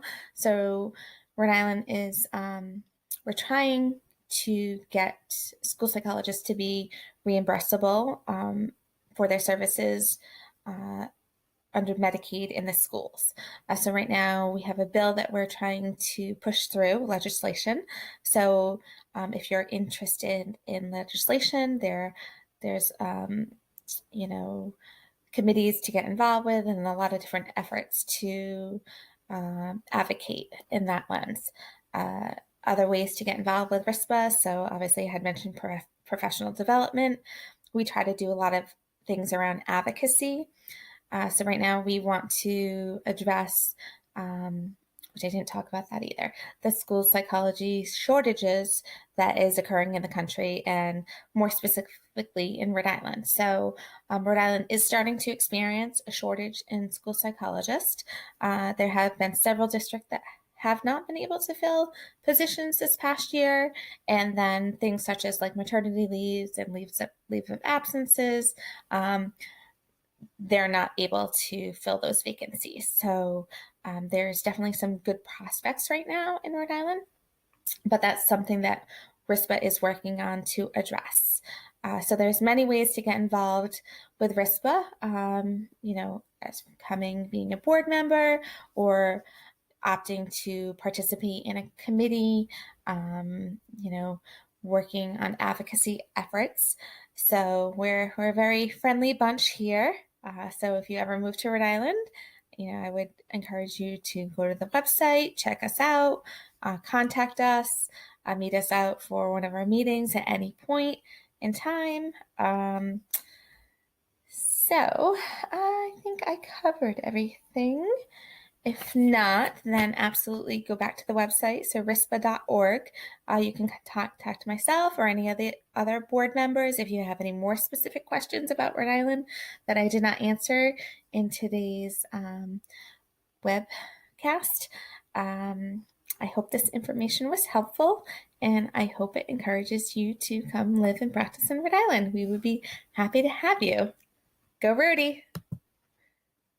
First of all, thank you so much for having me on this podcast. I'm very passionate about trying to address shortages in our profession, and I think that we have a really good opportunity to talk about the great places that you can practice school psychology.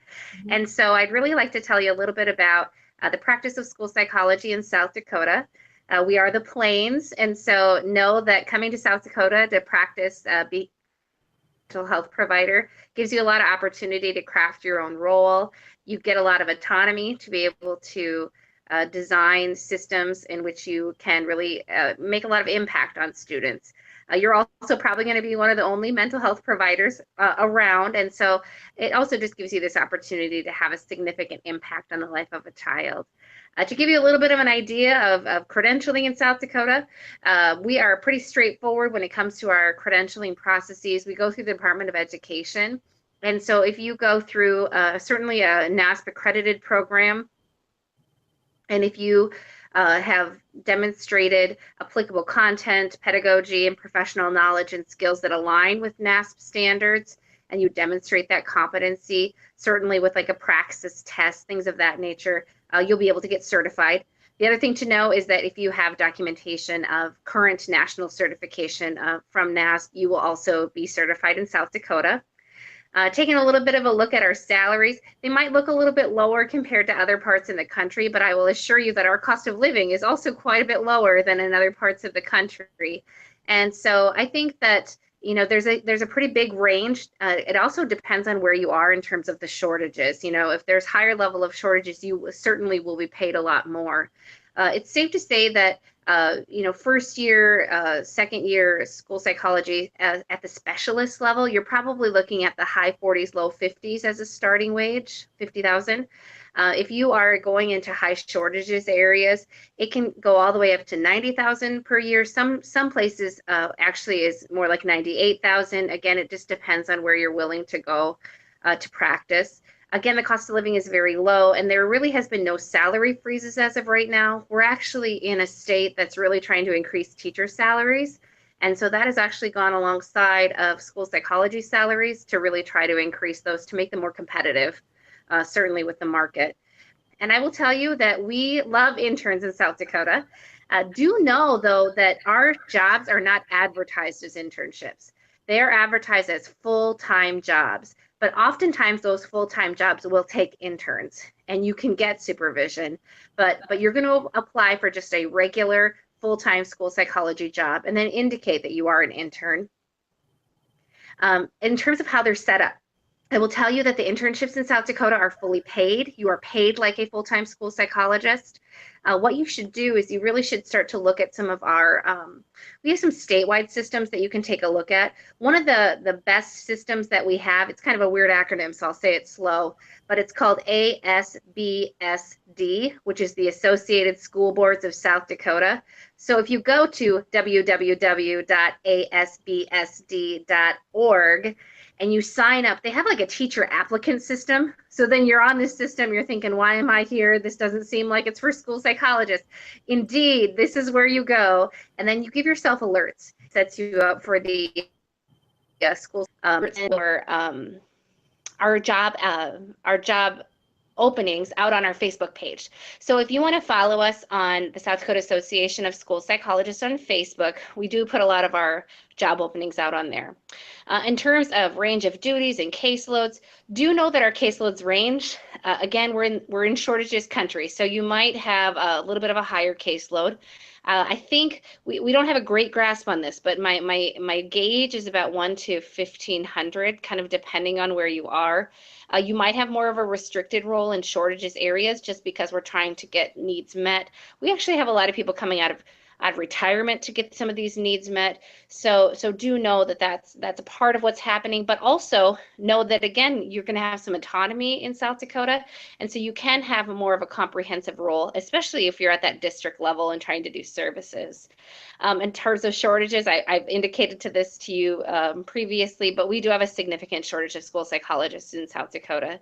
When I was doing some informal data collection, I will tell you that it almost appears that we have about 10% of our workforce that is in shortage area. So meaning that I believe we have about 110 school psychologists. That's a rough estimate, but in terms of our jobs that are just left open right now, we have about 10% of that are not open or that are unfilled.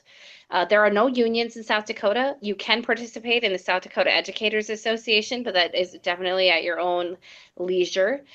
In terms of some of our relevant projects, we're really trying to look, we're pairing with our university settings to look at the role of the rural school psychologist. We're excited about dyslexia, doing some investigations on that, provision of mental health in rural settings, and then also trying to figure out ways that we can research and address these shortages. We're trying to be creative. We actually give gift cards to our practicum supervisors, because we're really trying to thank them for keeping school psychologists in South Dakota. In terms of our dues and our conference fees, it's $45 a year to be a member of NASP, certainly a great deal.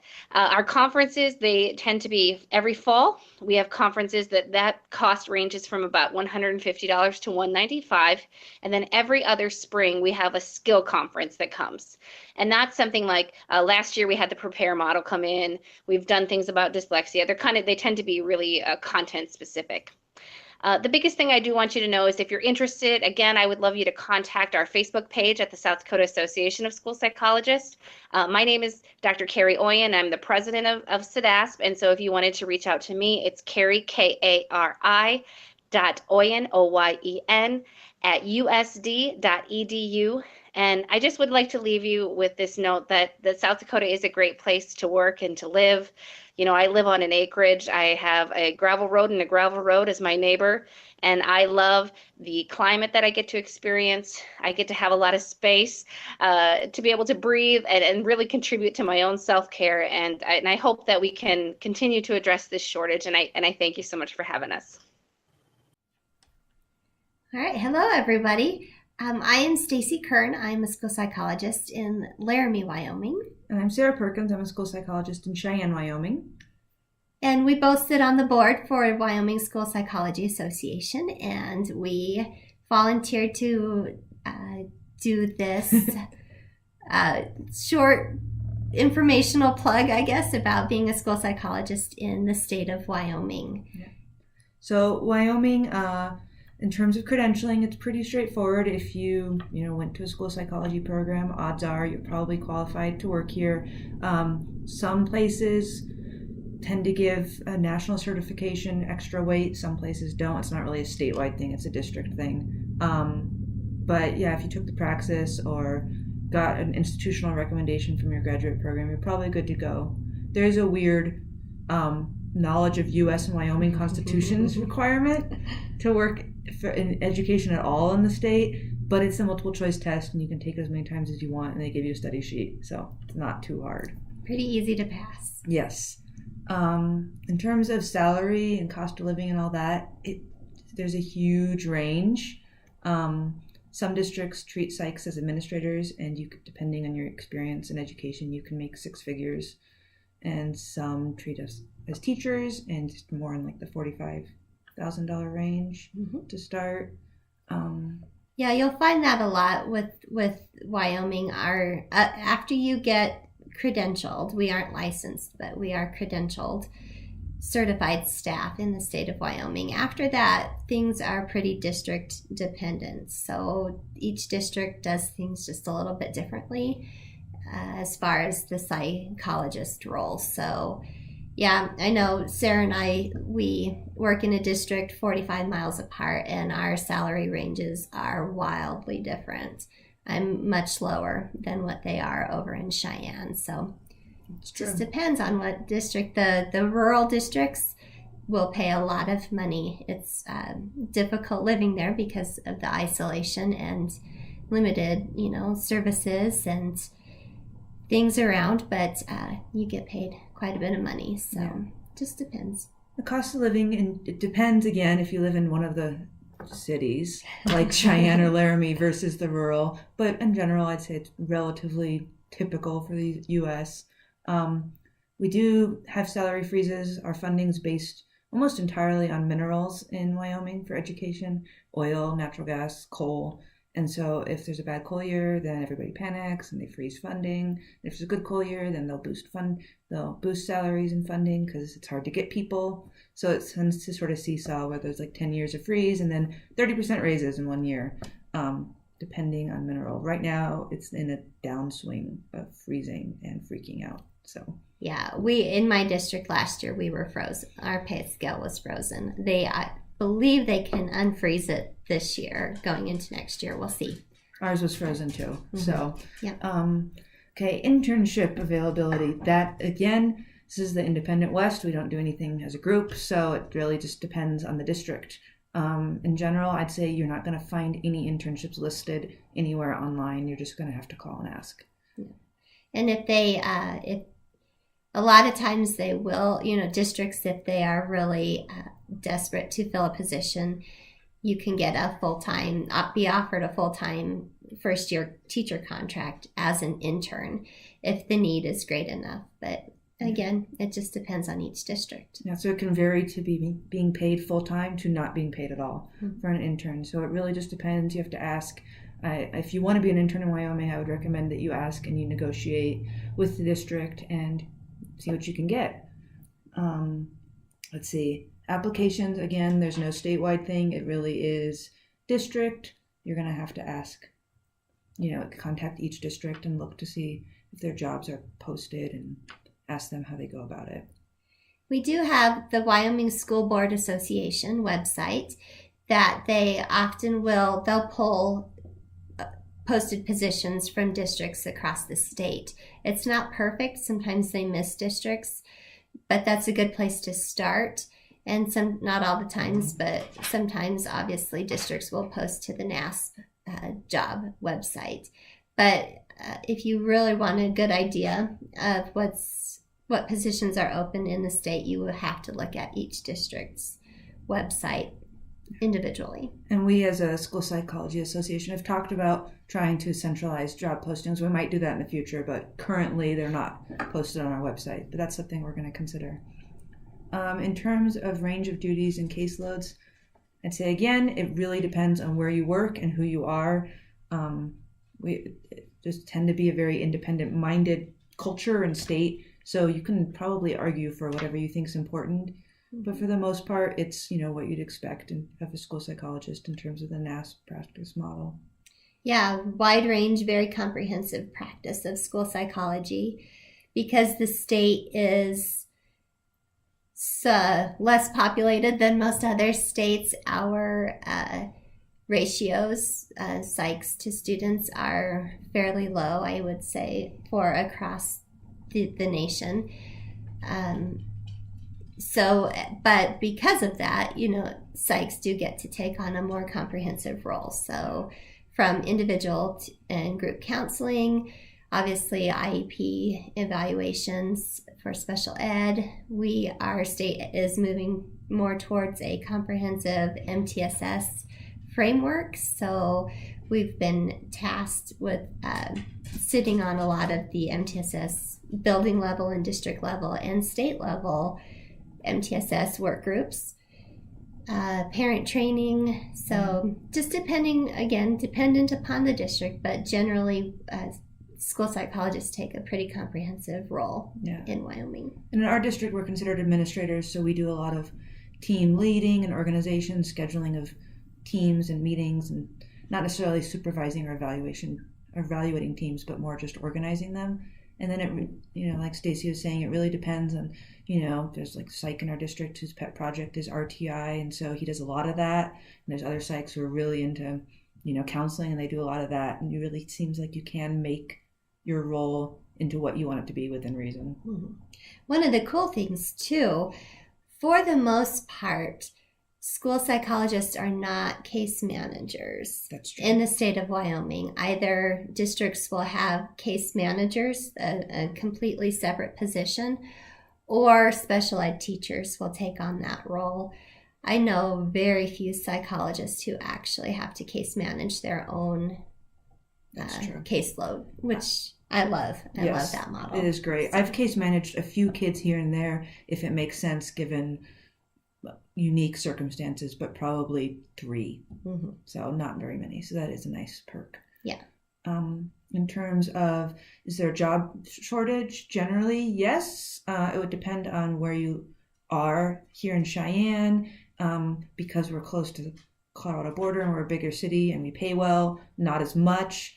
If you go to the rural places, definitely there's a job shortage, and you could sort of have a lot of autonomy and power in asking for what you need in those places. Yep. One of the cool things, I guess, too, to mention is that special education currently, and has been for quite a few years, is 100% funded through the state, which can help out with the job shortage issue. We don't, there's usually funding to fund school psychologist positions. It's just difficult to get people to come to a rural state. But the funding model as it stands right now is pretty darn good for the state of Wyoming. That's definitely true. They're meeting right now, so it could change, but it is good overall. Yeah. In terms of unions and that psychs can participate in, there are unions if you're paid on the teacher scale. If you're paid on an administrator scale, you obviously can't then be a member of a teacher union. Mm-hmm. So it really depends how your district sees you. I'd say most psychs are treated as teachers and can therefore participate in their unions if they wish. Yep. Relevant projects for our state organization. We have a brand new website. It started in January. It's wyschoolpsych.org. We're trying to put some relevant resources up there. We have weekly blog posts and other cool resources. So that's been a sort of a new project lately. Yeah, our main focus this last year and going forward is just really revitalizing our state association. It kind of fell by the wayside a little bit, so we are just trying to build it back up, build our membership back up. Really, we have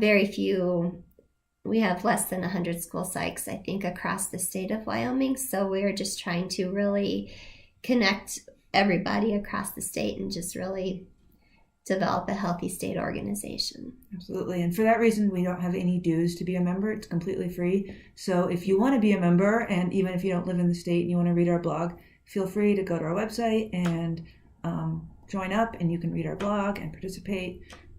We'd love to have you. Yeah. Another cool thing about our state organization is that we have the opportunity to offer 3 conferences, statewide conferences each year. We have a fall, a spring, and a summer conference. We really are in a good position to bring in great speakers that are pretty relevant to just what school psychs are having to address in our student population currently. So, this April we have Sam Ortiz and Julia Esparza Brown coming to talk about ELL learners and how best to support them. We have a trauma-focused conference that's coming up in Jackson, Wyoming in the summer. So we offer 3 each year. There's pretty decent registration fees, and we just have a good opportunity to meet with our small group across the state 3 times a year, which is pretty cool. So. It is cool. Yeah.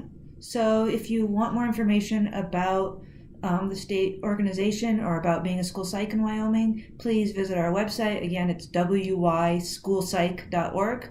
And you can if you visit our website, you can contact either of us and ask us any questions you have. We'd love to hear from you. And the more the merrier. Yeah. Wyoming's a great place to work as a school psychologist. So absolutely. You're needed here. Come. Thank you. Thank you.